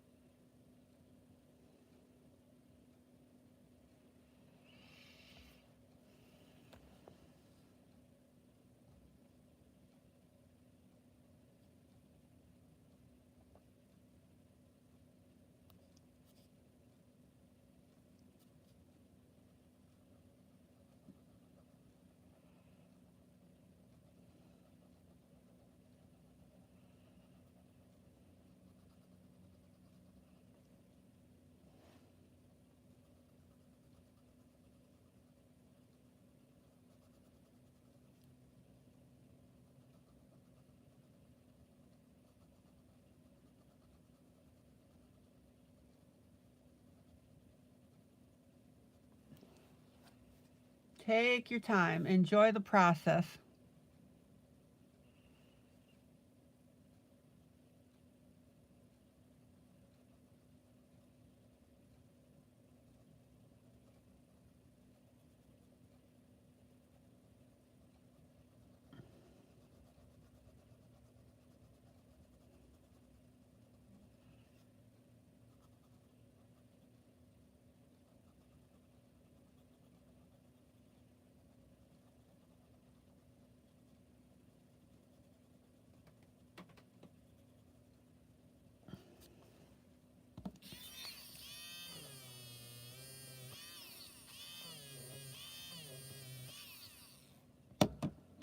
All right, almost done. And then I'll pull out.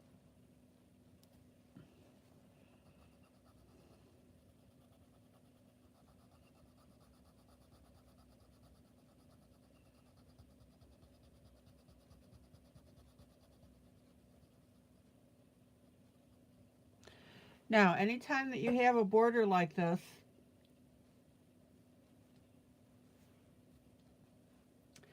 is where you need to think about metallic pencils.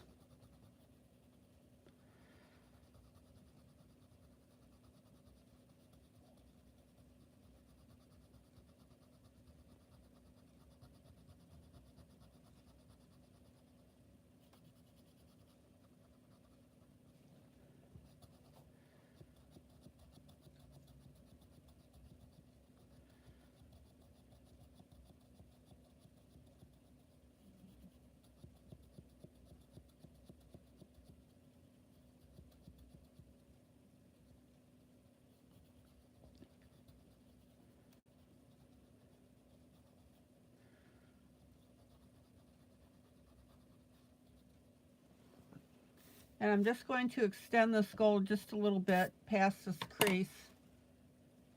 And then I'll pull out and show you.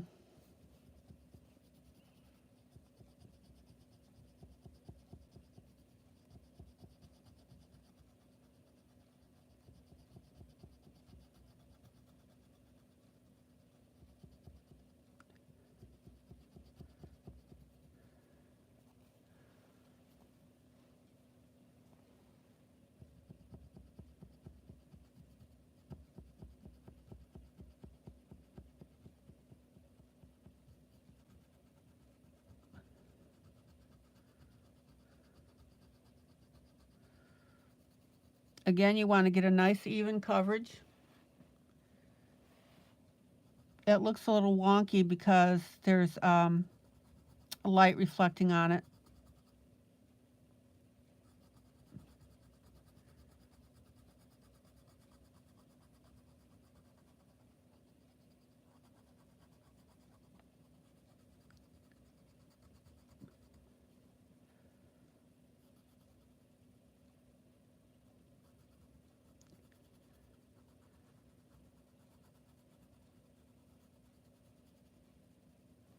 Okay.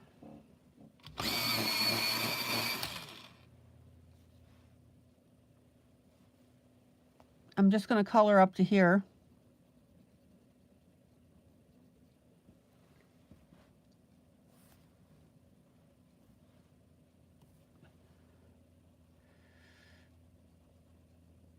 And then I'll pull out and show you the border on the left.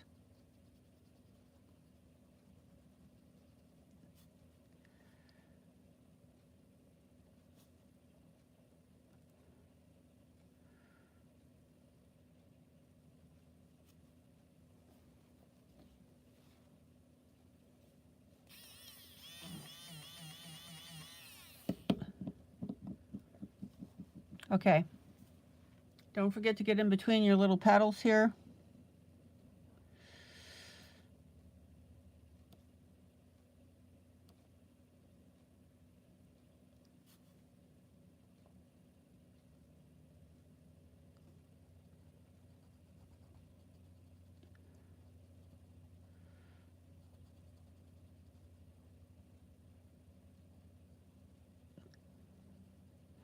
I'm coloring the center rings because I want those petals to look open.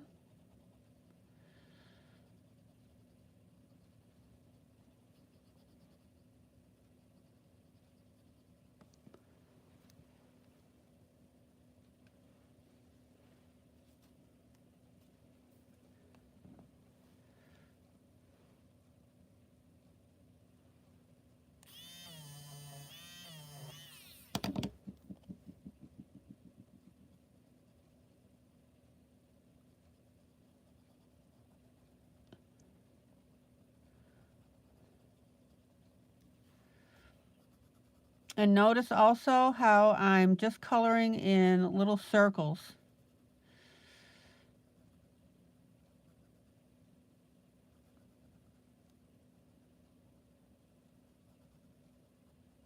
That's the best way to distribute your color, especially metallic pencils.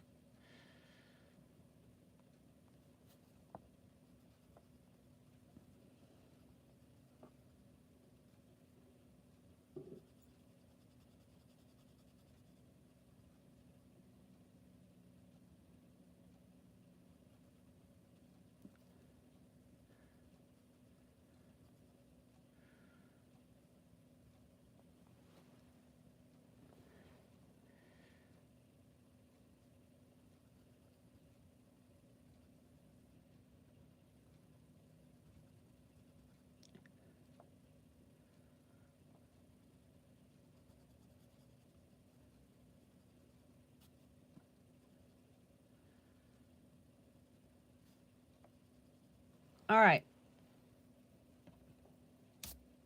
Let me pull out.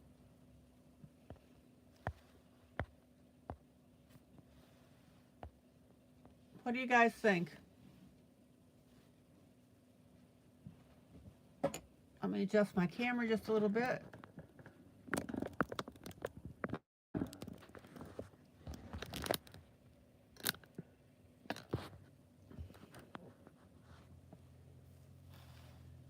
Isn't that gold absolutely beautiful?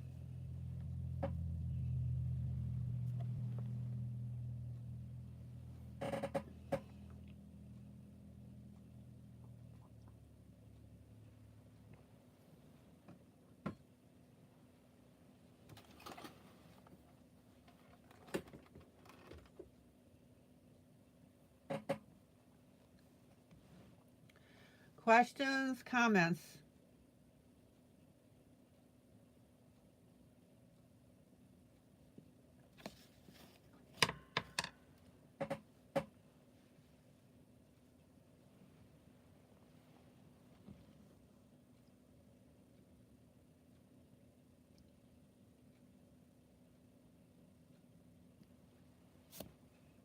Like I said, I will do the rest of the gold off camera. That way we can keep going with this.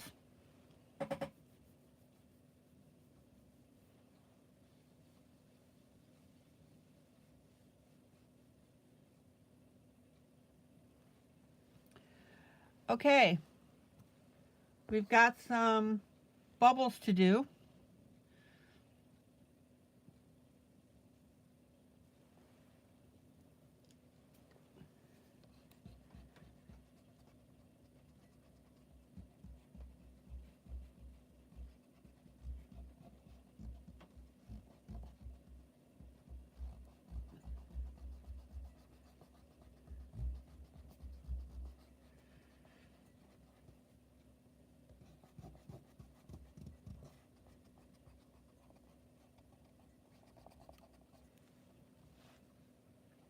And I'm just erasing the background and cleaning up a little bit.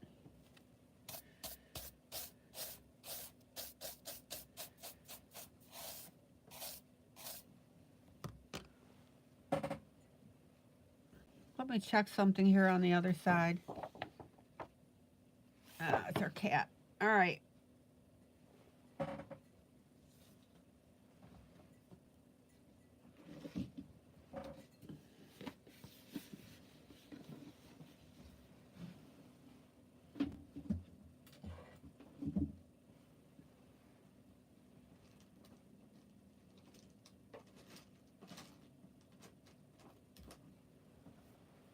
Now, after testing my paper, I feel comfortable that I can use water-based markers on here as long as I don't use dark colors.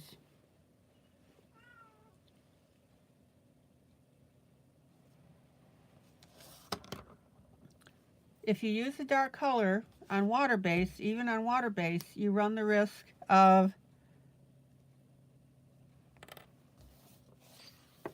having it go through your paper.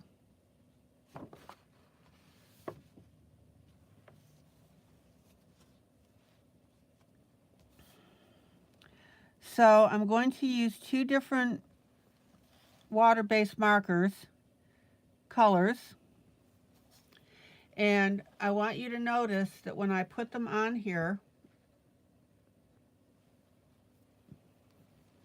I don't spend a lot of time on the object that I'm coloring. In other words, you want to do a one and done.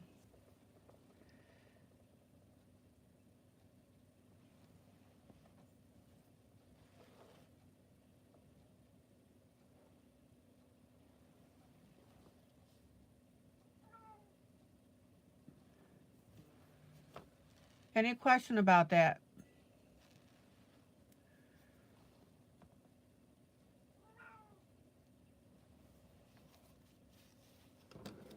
And again, I'm using two different colors. Let me slide over here.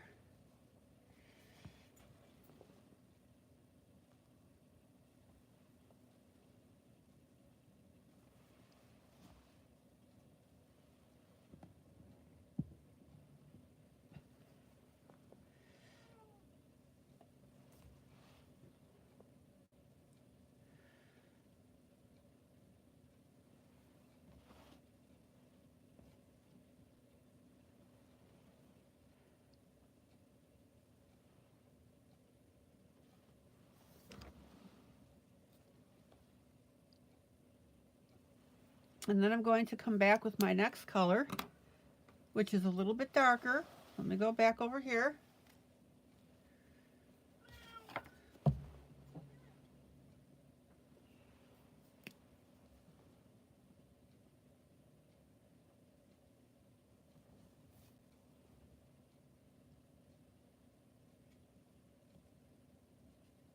And fill in the rest of my dots.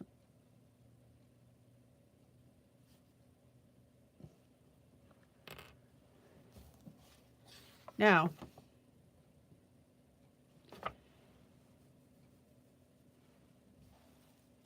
again, if you use a lighter color marker, you can get away with this. So that's the trick. Light marker, and don't put your color on, move on. Don't continue to rub your marker on the paper.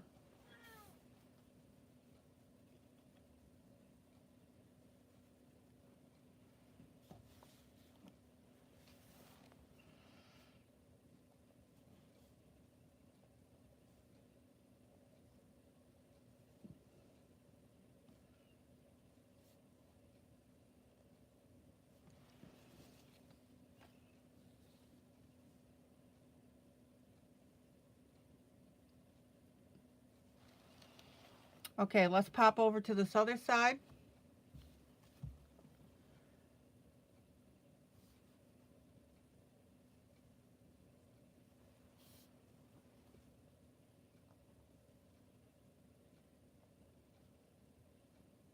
So light color, prompt movement over the paper for your water-based markers. Do not use alcohol-based.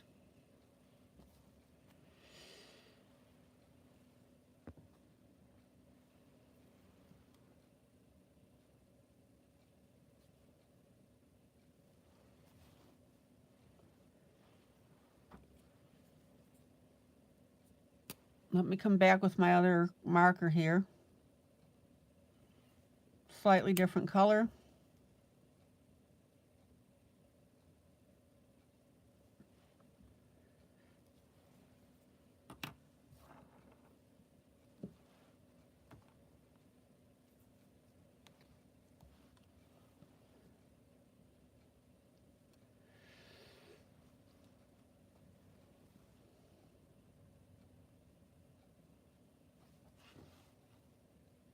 Okay. Whoop. Missed a few over on this side.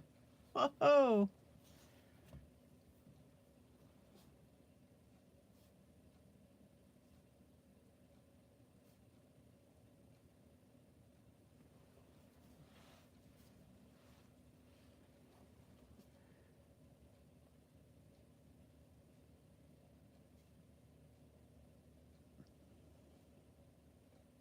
And for anybody that just joined, this is Worlds of Wonder.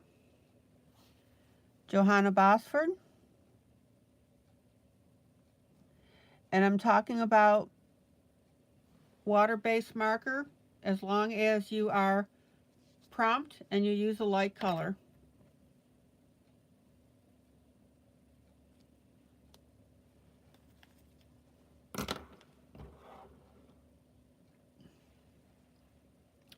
Okay.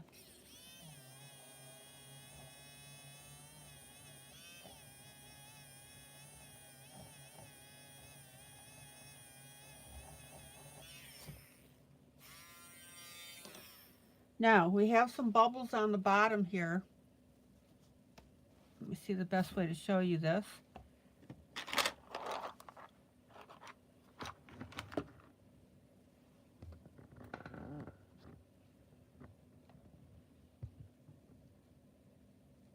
This book is a double page, so it's really taking up room on my coloring area. All right. So we've got some bubbles here on the bottom.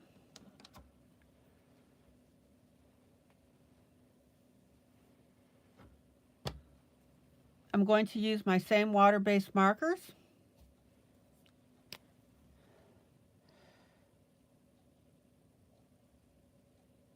Again, be prompt.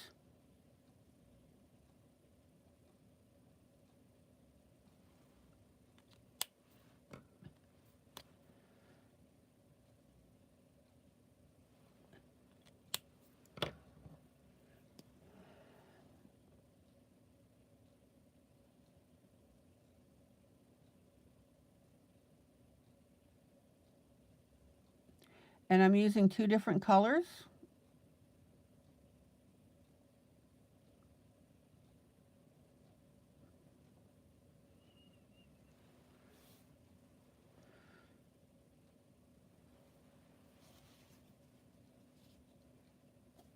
Let's go to our next.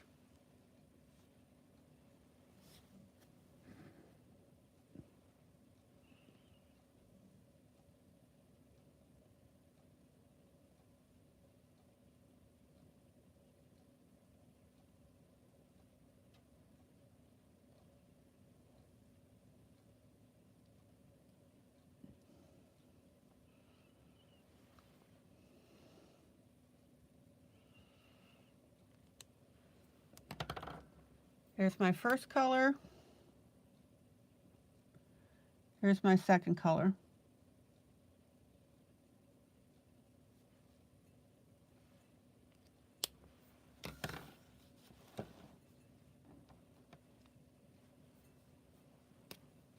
First color.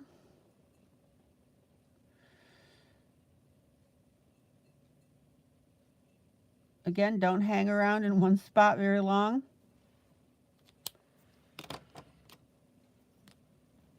Second color.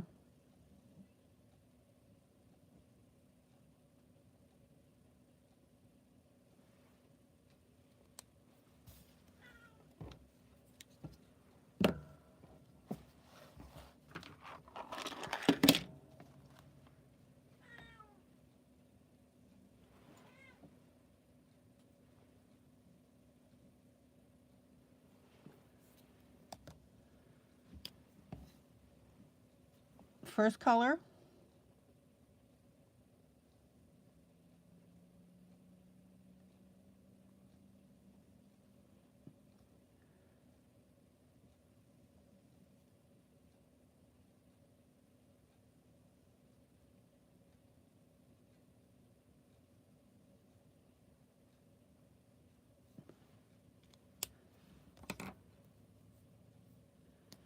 Second color.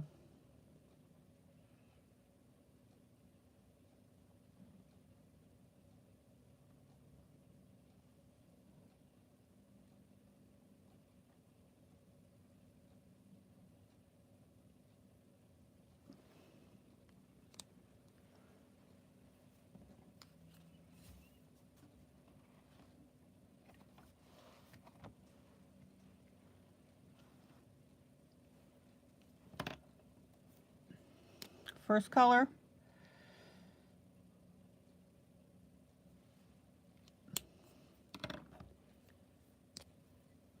Second color.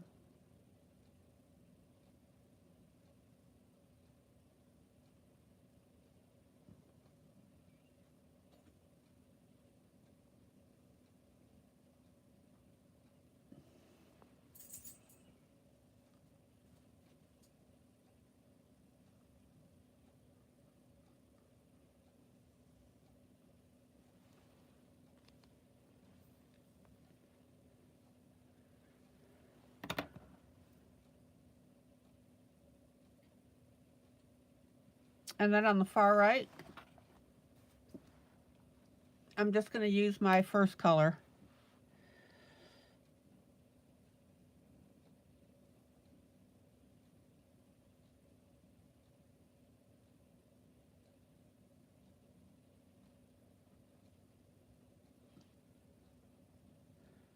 Didn't mean to color over that shine spot, but I did. It happens.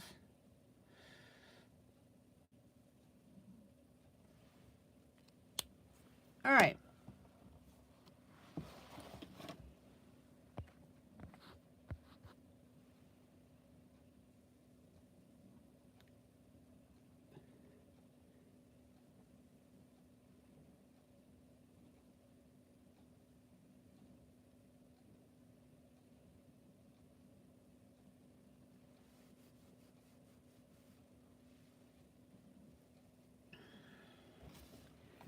Let's go ahead and do these clouds up at top.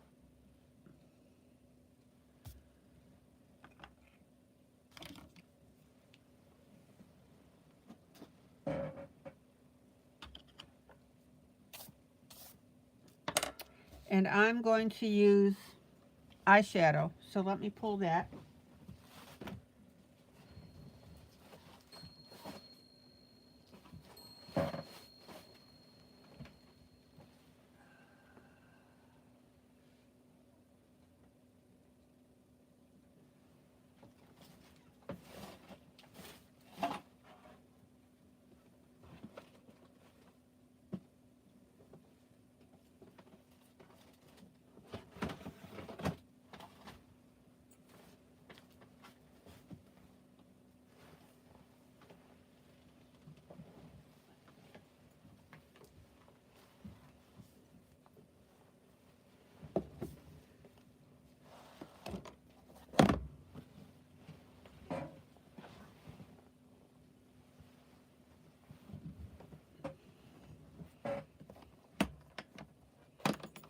And actually, rather than my eyeshadow,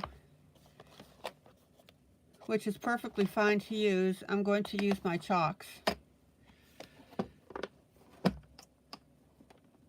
Either one works beautifully.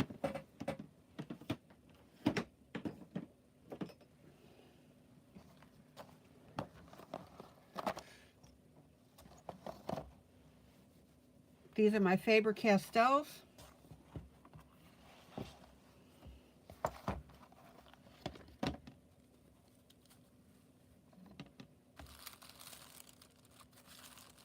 Is everybody clear that you can use eyeshadow on your tops, on your skies and clouds and so forth?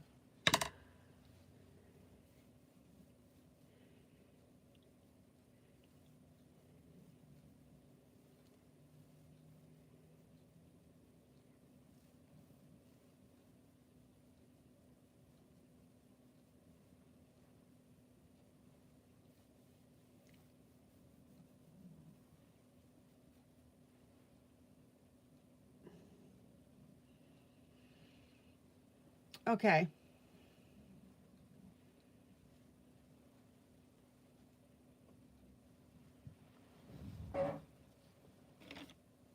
So I'm going to start out with a pale green.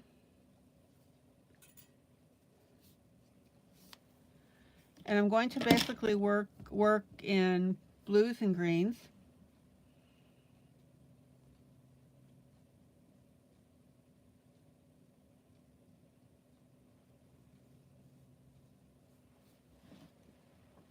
And that way we keep the theme of this whole piece.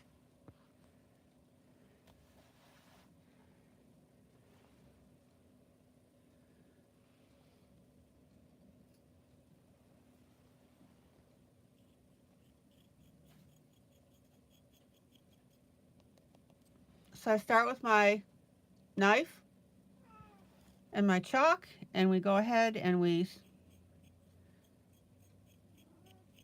put some of this on here.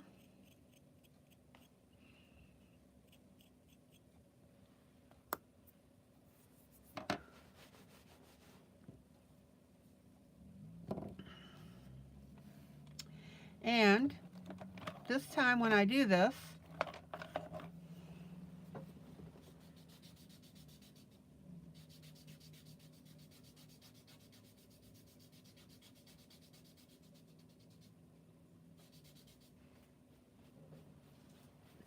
I'm going to use a blending stump.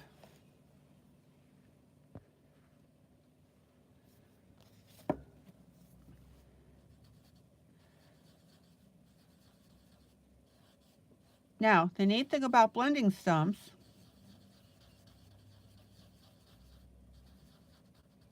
is that you can be very accurate with the placement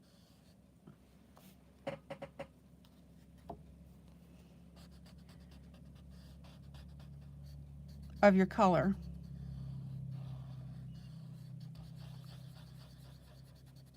In other words, you're using it just like a pencil.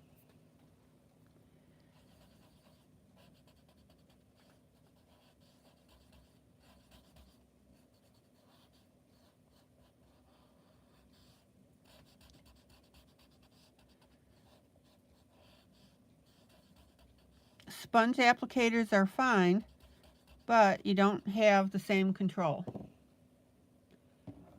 All right, let's get a little more green on there.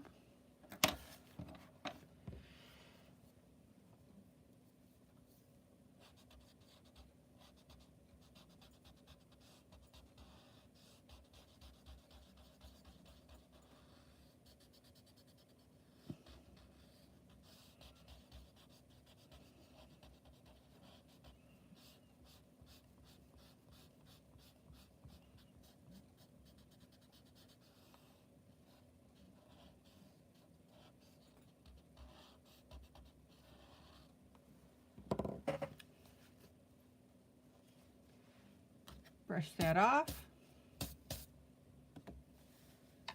We'll go on to our next clump of swirlies.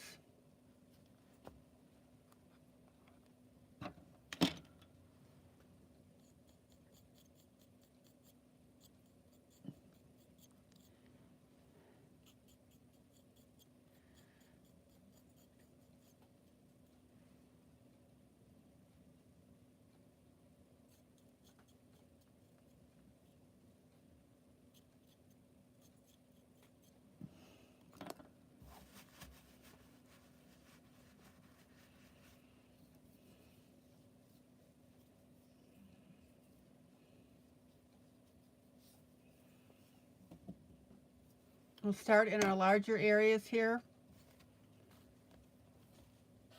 with my largest blending stump.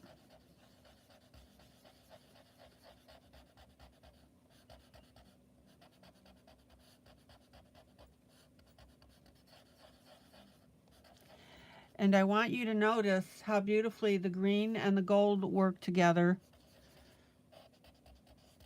The green in the clouds, the gold in the border.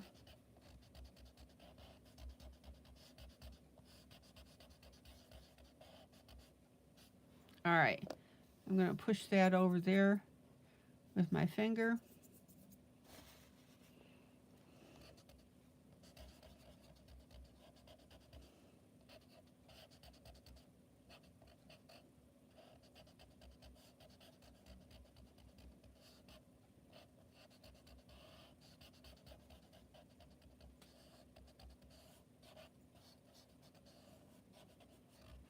Any question about using a blending stump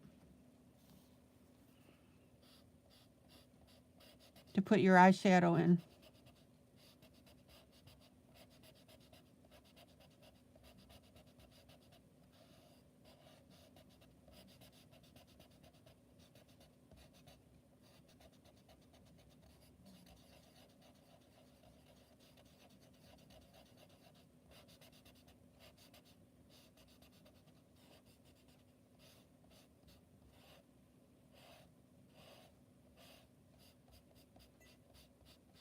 And notice how I'm just pushing the eyeshadow over into the area that I want.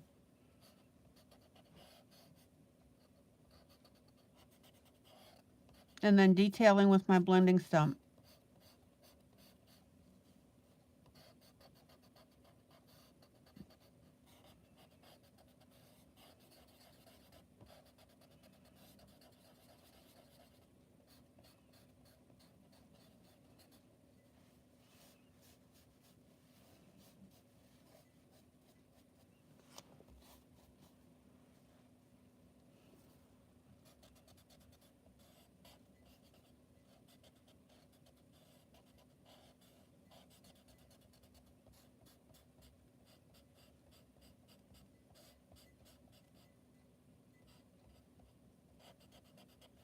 Now, when you get to a smaller area where you need to detail in,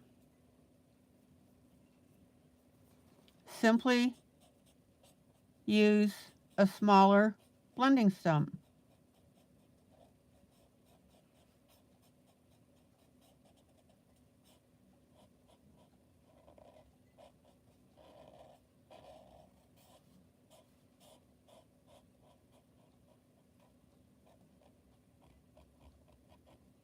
And you can get real detailed with it.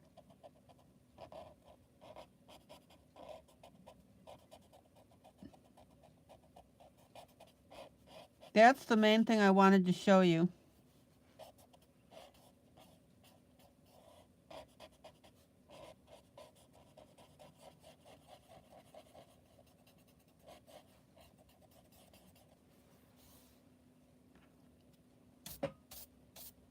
Isn't that cool?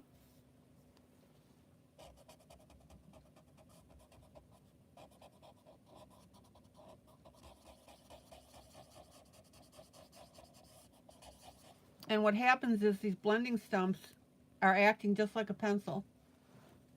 How many of you have used blending stumps to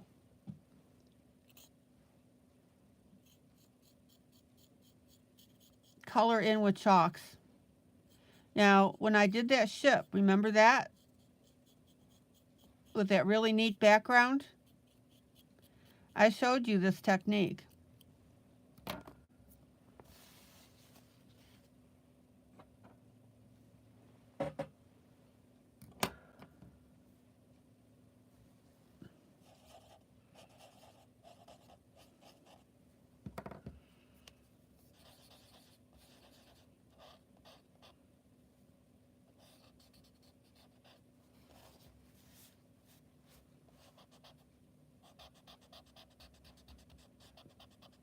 And that ship came out really well.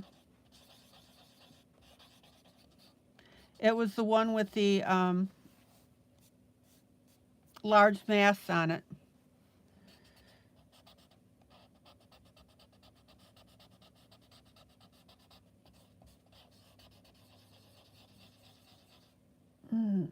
Let's see.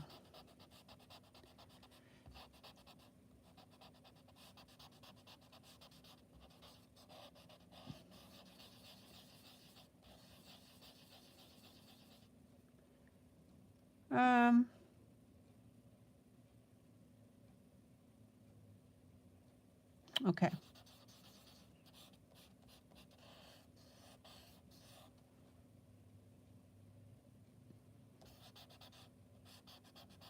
Maggie, you've used it?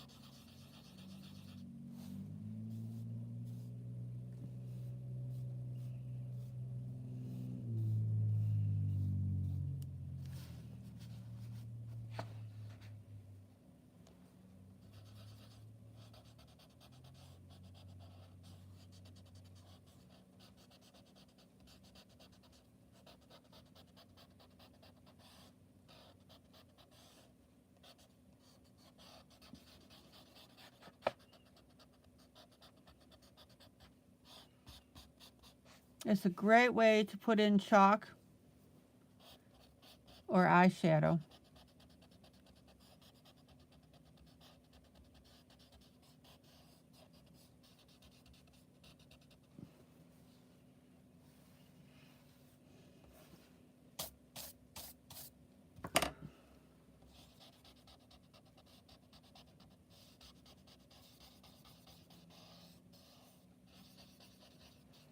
Okay, now if you get too much chalk, Kathy, not yet. This will be your first time using blending stumps with chalk. All right. I think you're going to like it.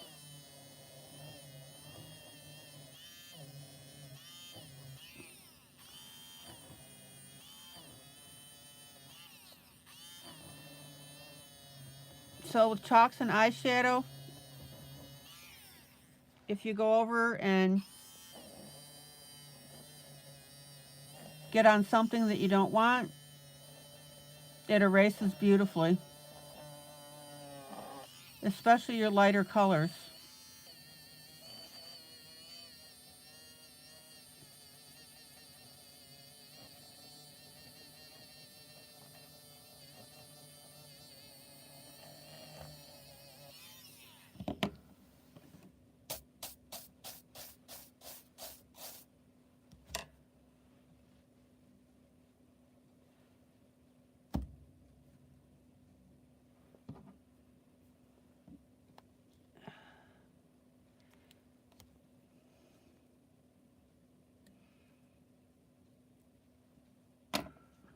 Okay.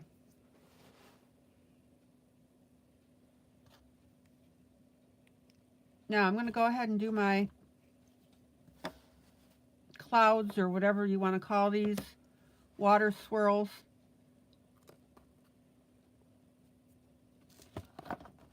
On the other side as well.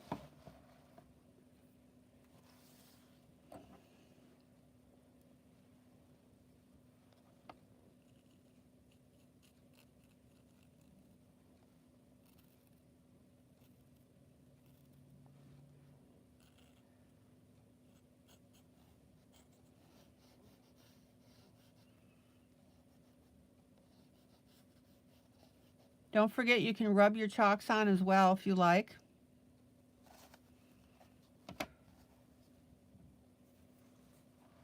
I'm going to use my smaller blending stump.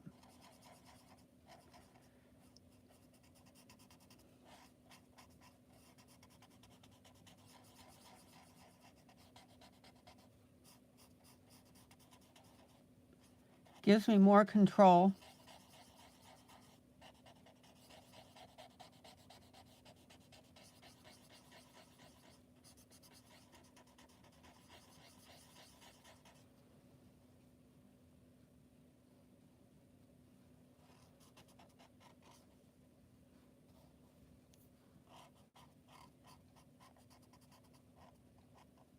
Kathy, let me know how you're doing with the blending stump and your chalk.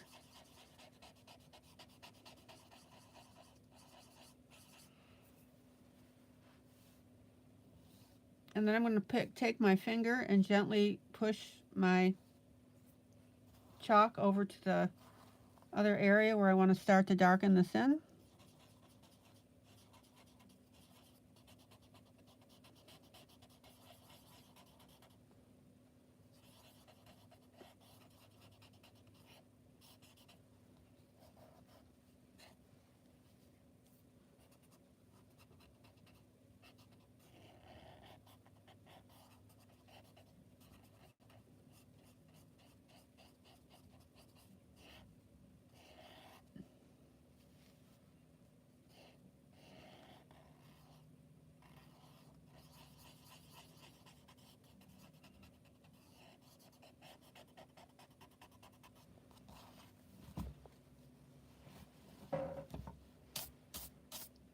And then I'll brush that away.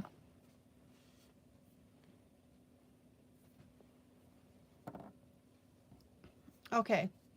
Now again, you can just rub your chalk on the paper if you want.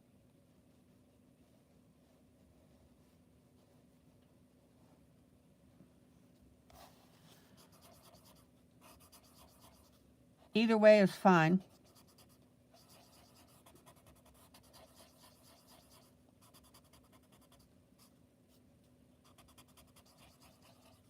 But look at the accuracy that I can get by using my blender stump. We'll get right up into those little corners.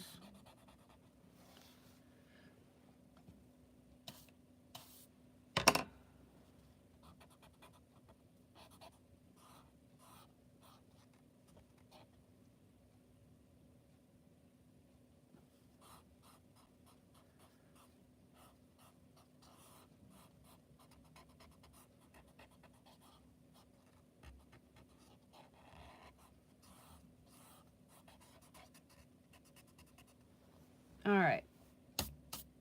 And brush that away.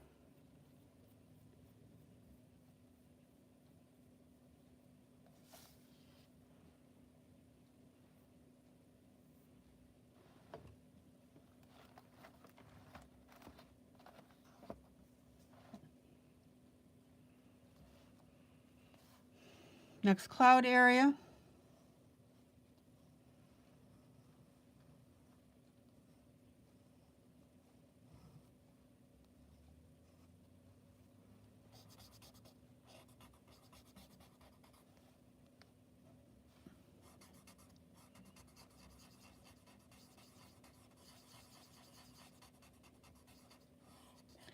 Now, notice when I'm putting in the chalks here,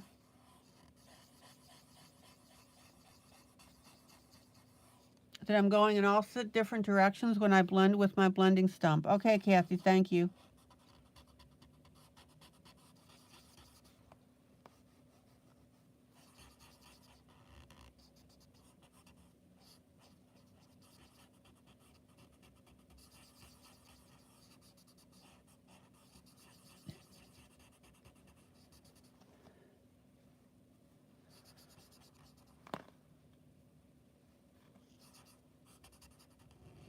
And that way, by doing circles and really blending this in,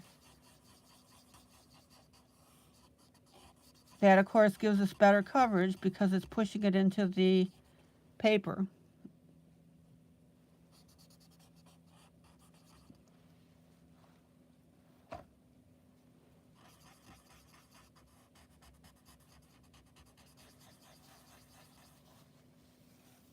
Okay.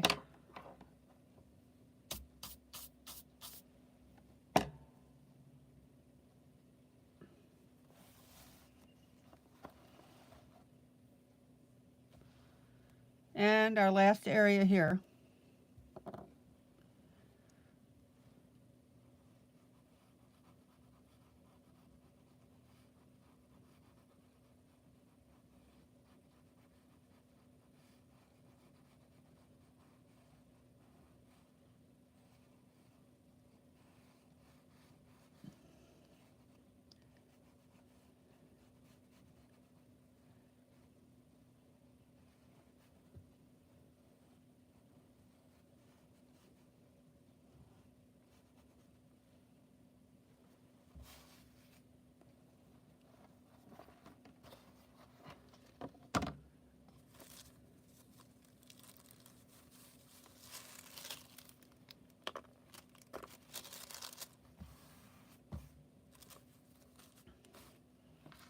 Now, when you get chalk all over your fingers, which of course I am, baby wipes are really great for cleaning.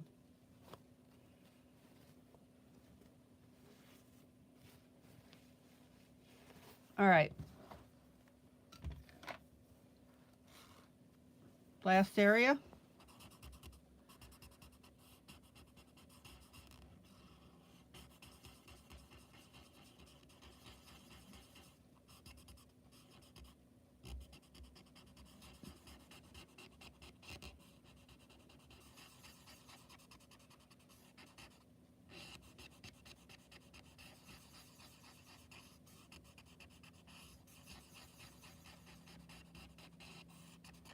Now, this same effect can be achieved, of course, by eyeshadow.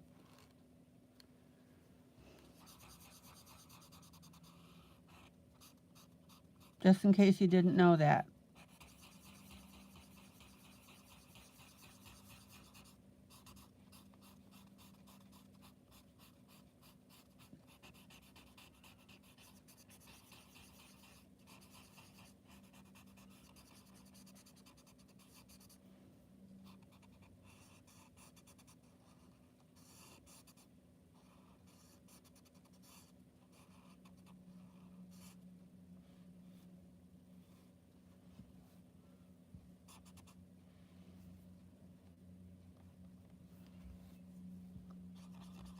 Keep your eyeshadow off of your border because you don't want to diminish that gold. Eyeshadow, chalk, whatever you're using.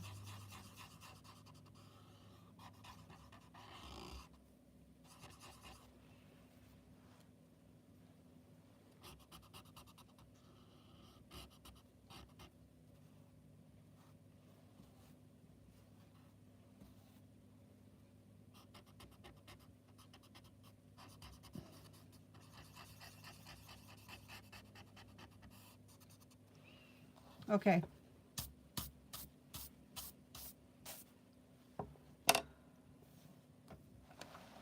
Let's take a look at this. That's how we're looking so far. Oh, and I need some water.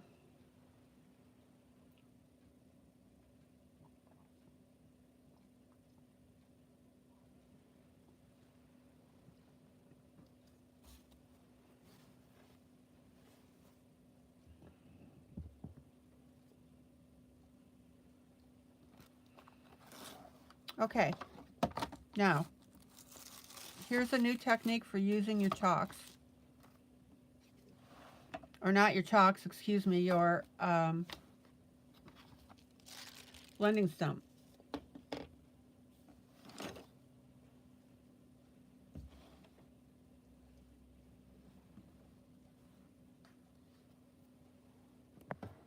And this is really neat. I'm going to take my blending stump and I'm going to rub it directly on the chalk.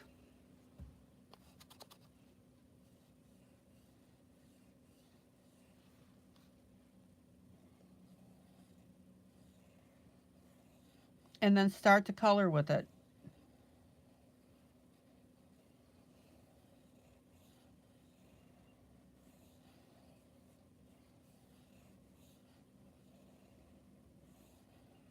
Check it out.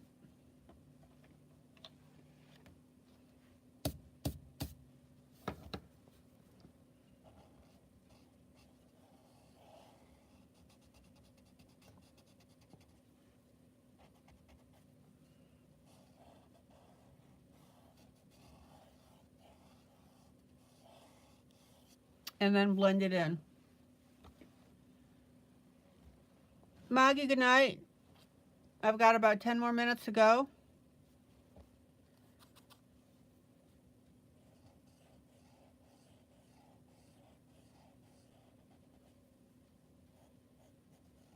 Now, just like your pencil,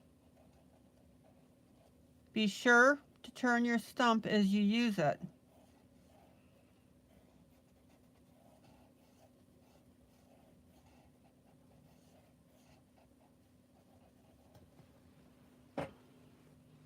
And that way it pretty well maintains its point.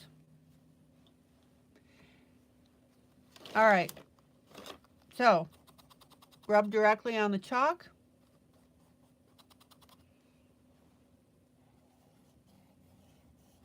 Apply to your paper.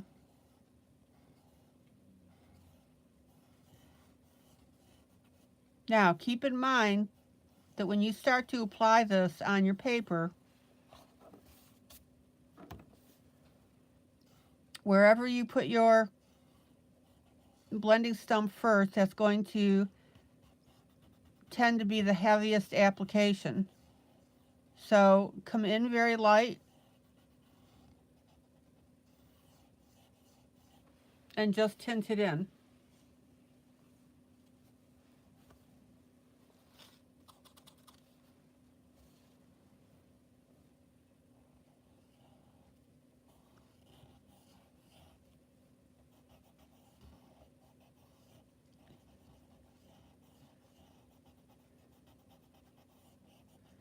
Kathy, what do you think?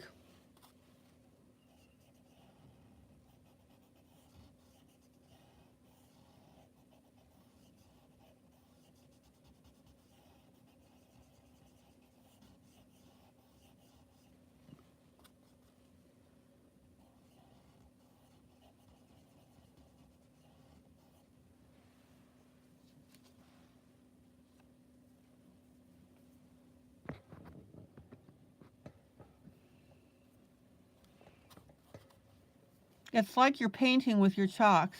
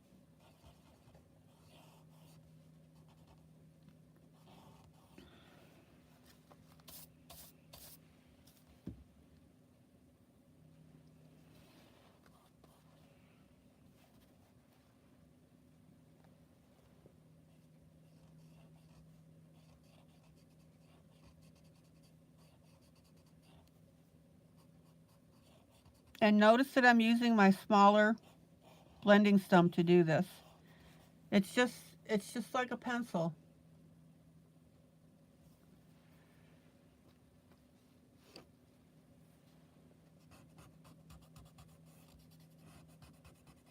Kathy, what do you think?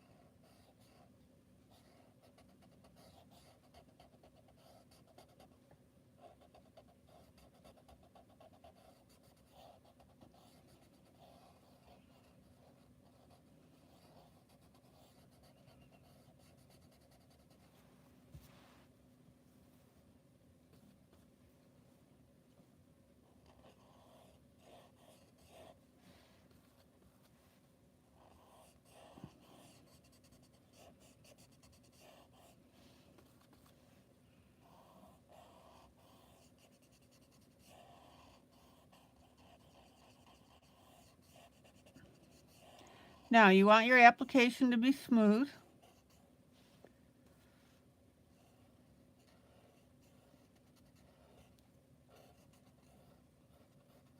Nice and blended. That's why you'll see me brush this off with my brush.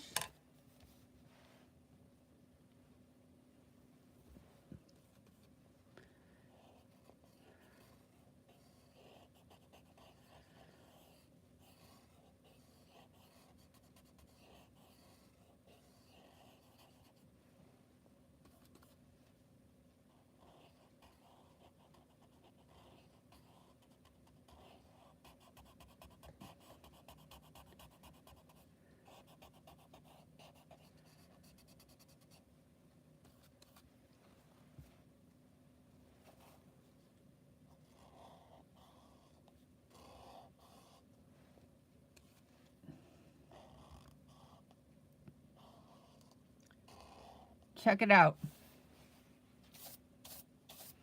Okay, now hang with me while I do this.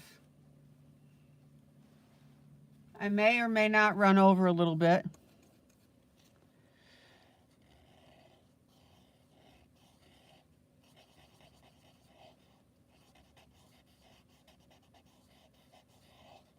Now notice how you can add the streaks of the darker shading.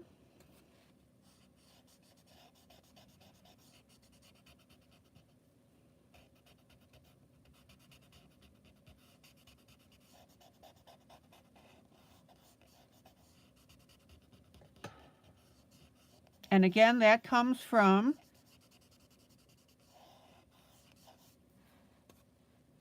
getting your color off your chalk onto your blending stump and then hitting that one spot first.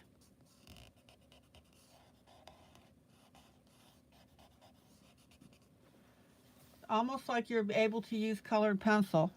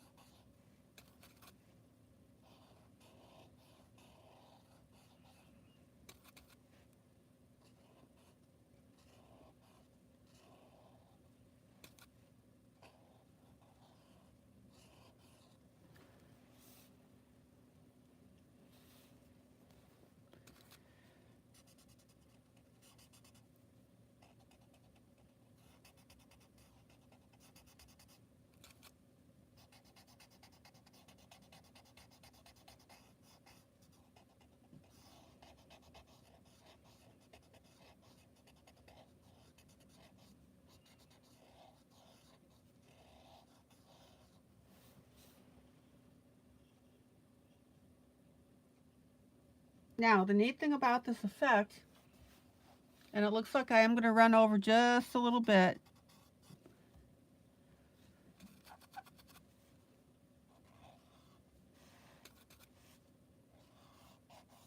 is that it makes the clouds look soft and stormy.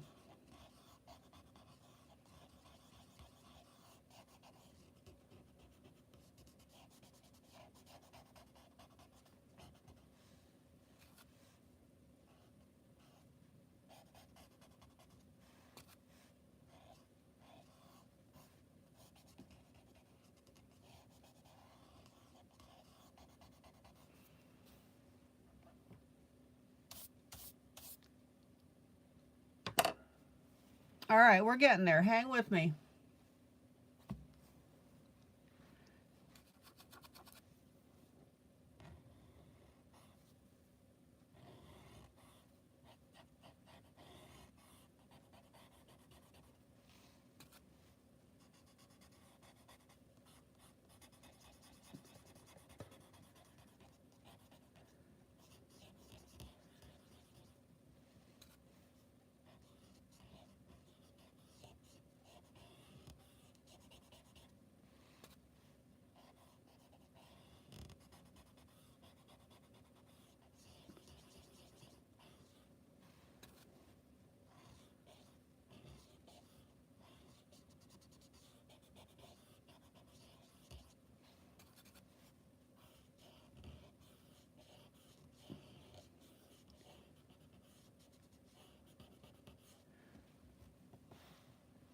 And of course, you'll see better when I stay on camera. My apologies.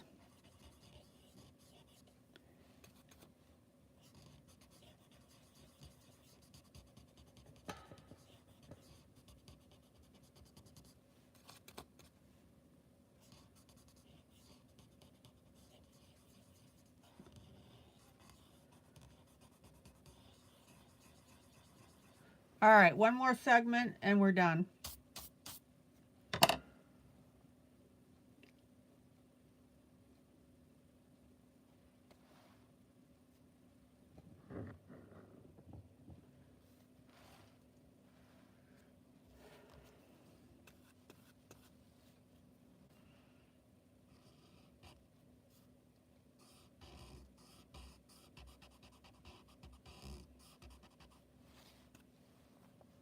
Kathy, how do you like it?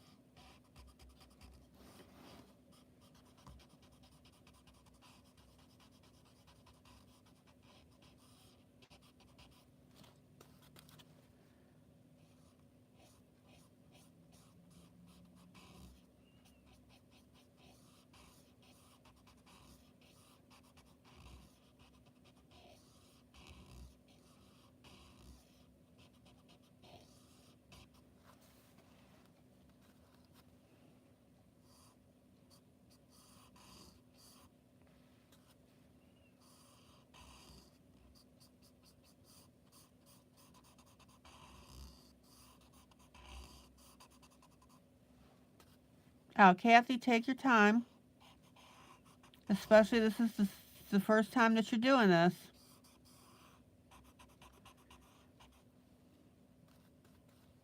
You like it?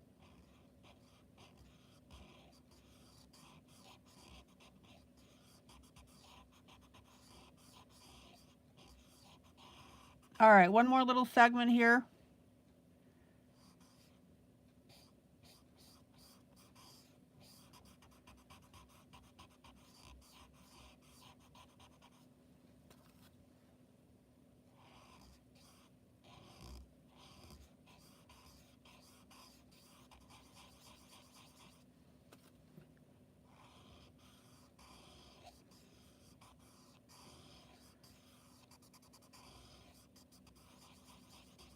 All right, let me brush that. And then I'll pull out.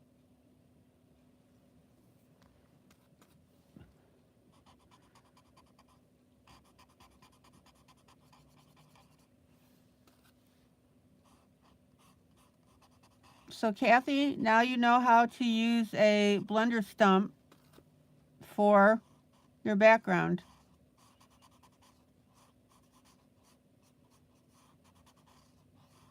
With chalk or eyeshadow.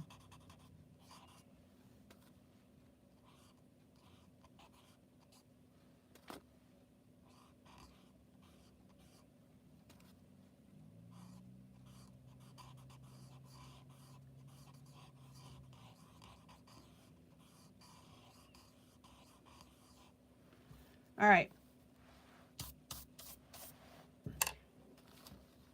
Let me pull out so you guys can see this.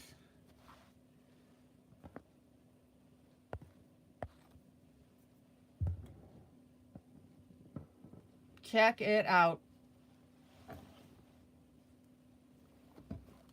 Hopefully I've got the full page in camera view. I'll know in a second. I'm just watching. You'll have to apply the chalk in the kitchen. I don't want to get the chalk on the carpet. You tend to be messy. Okay. It'll vacuum right up. Not to mention, what color is your carpet?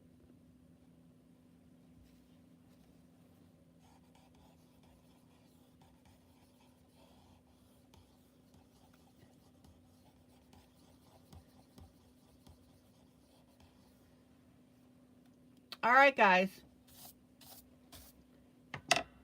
Look how stormy now this looks. It's stormy, but it's soft.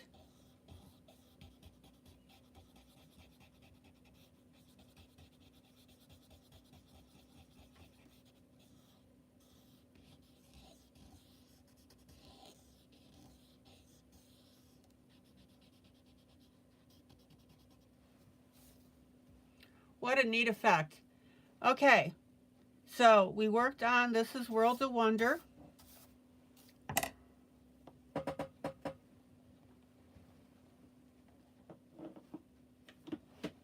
That was our first project.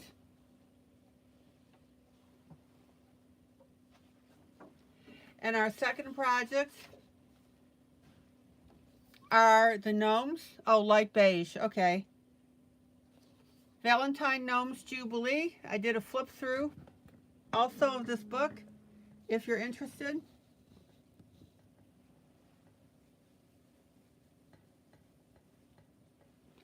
And we worked on the dress and the hat of our young lady.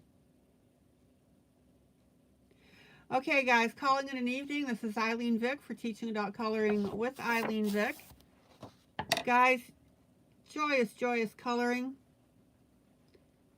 I'll see you tomorrow night, same time, same place, and we'll play some more. Dorothy, good night. Kathy, good night.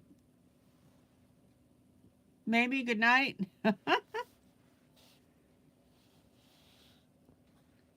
Have a great rest of the evening. Love on each other. That's what we're known for. All right. Till tomorrow night then. Bye.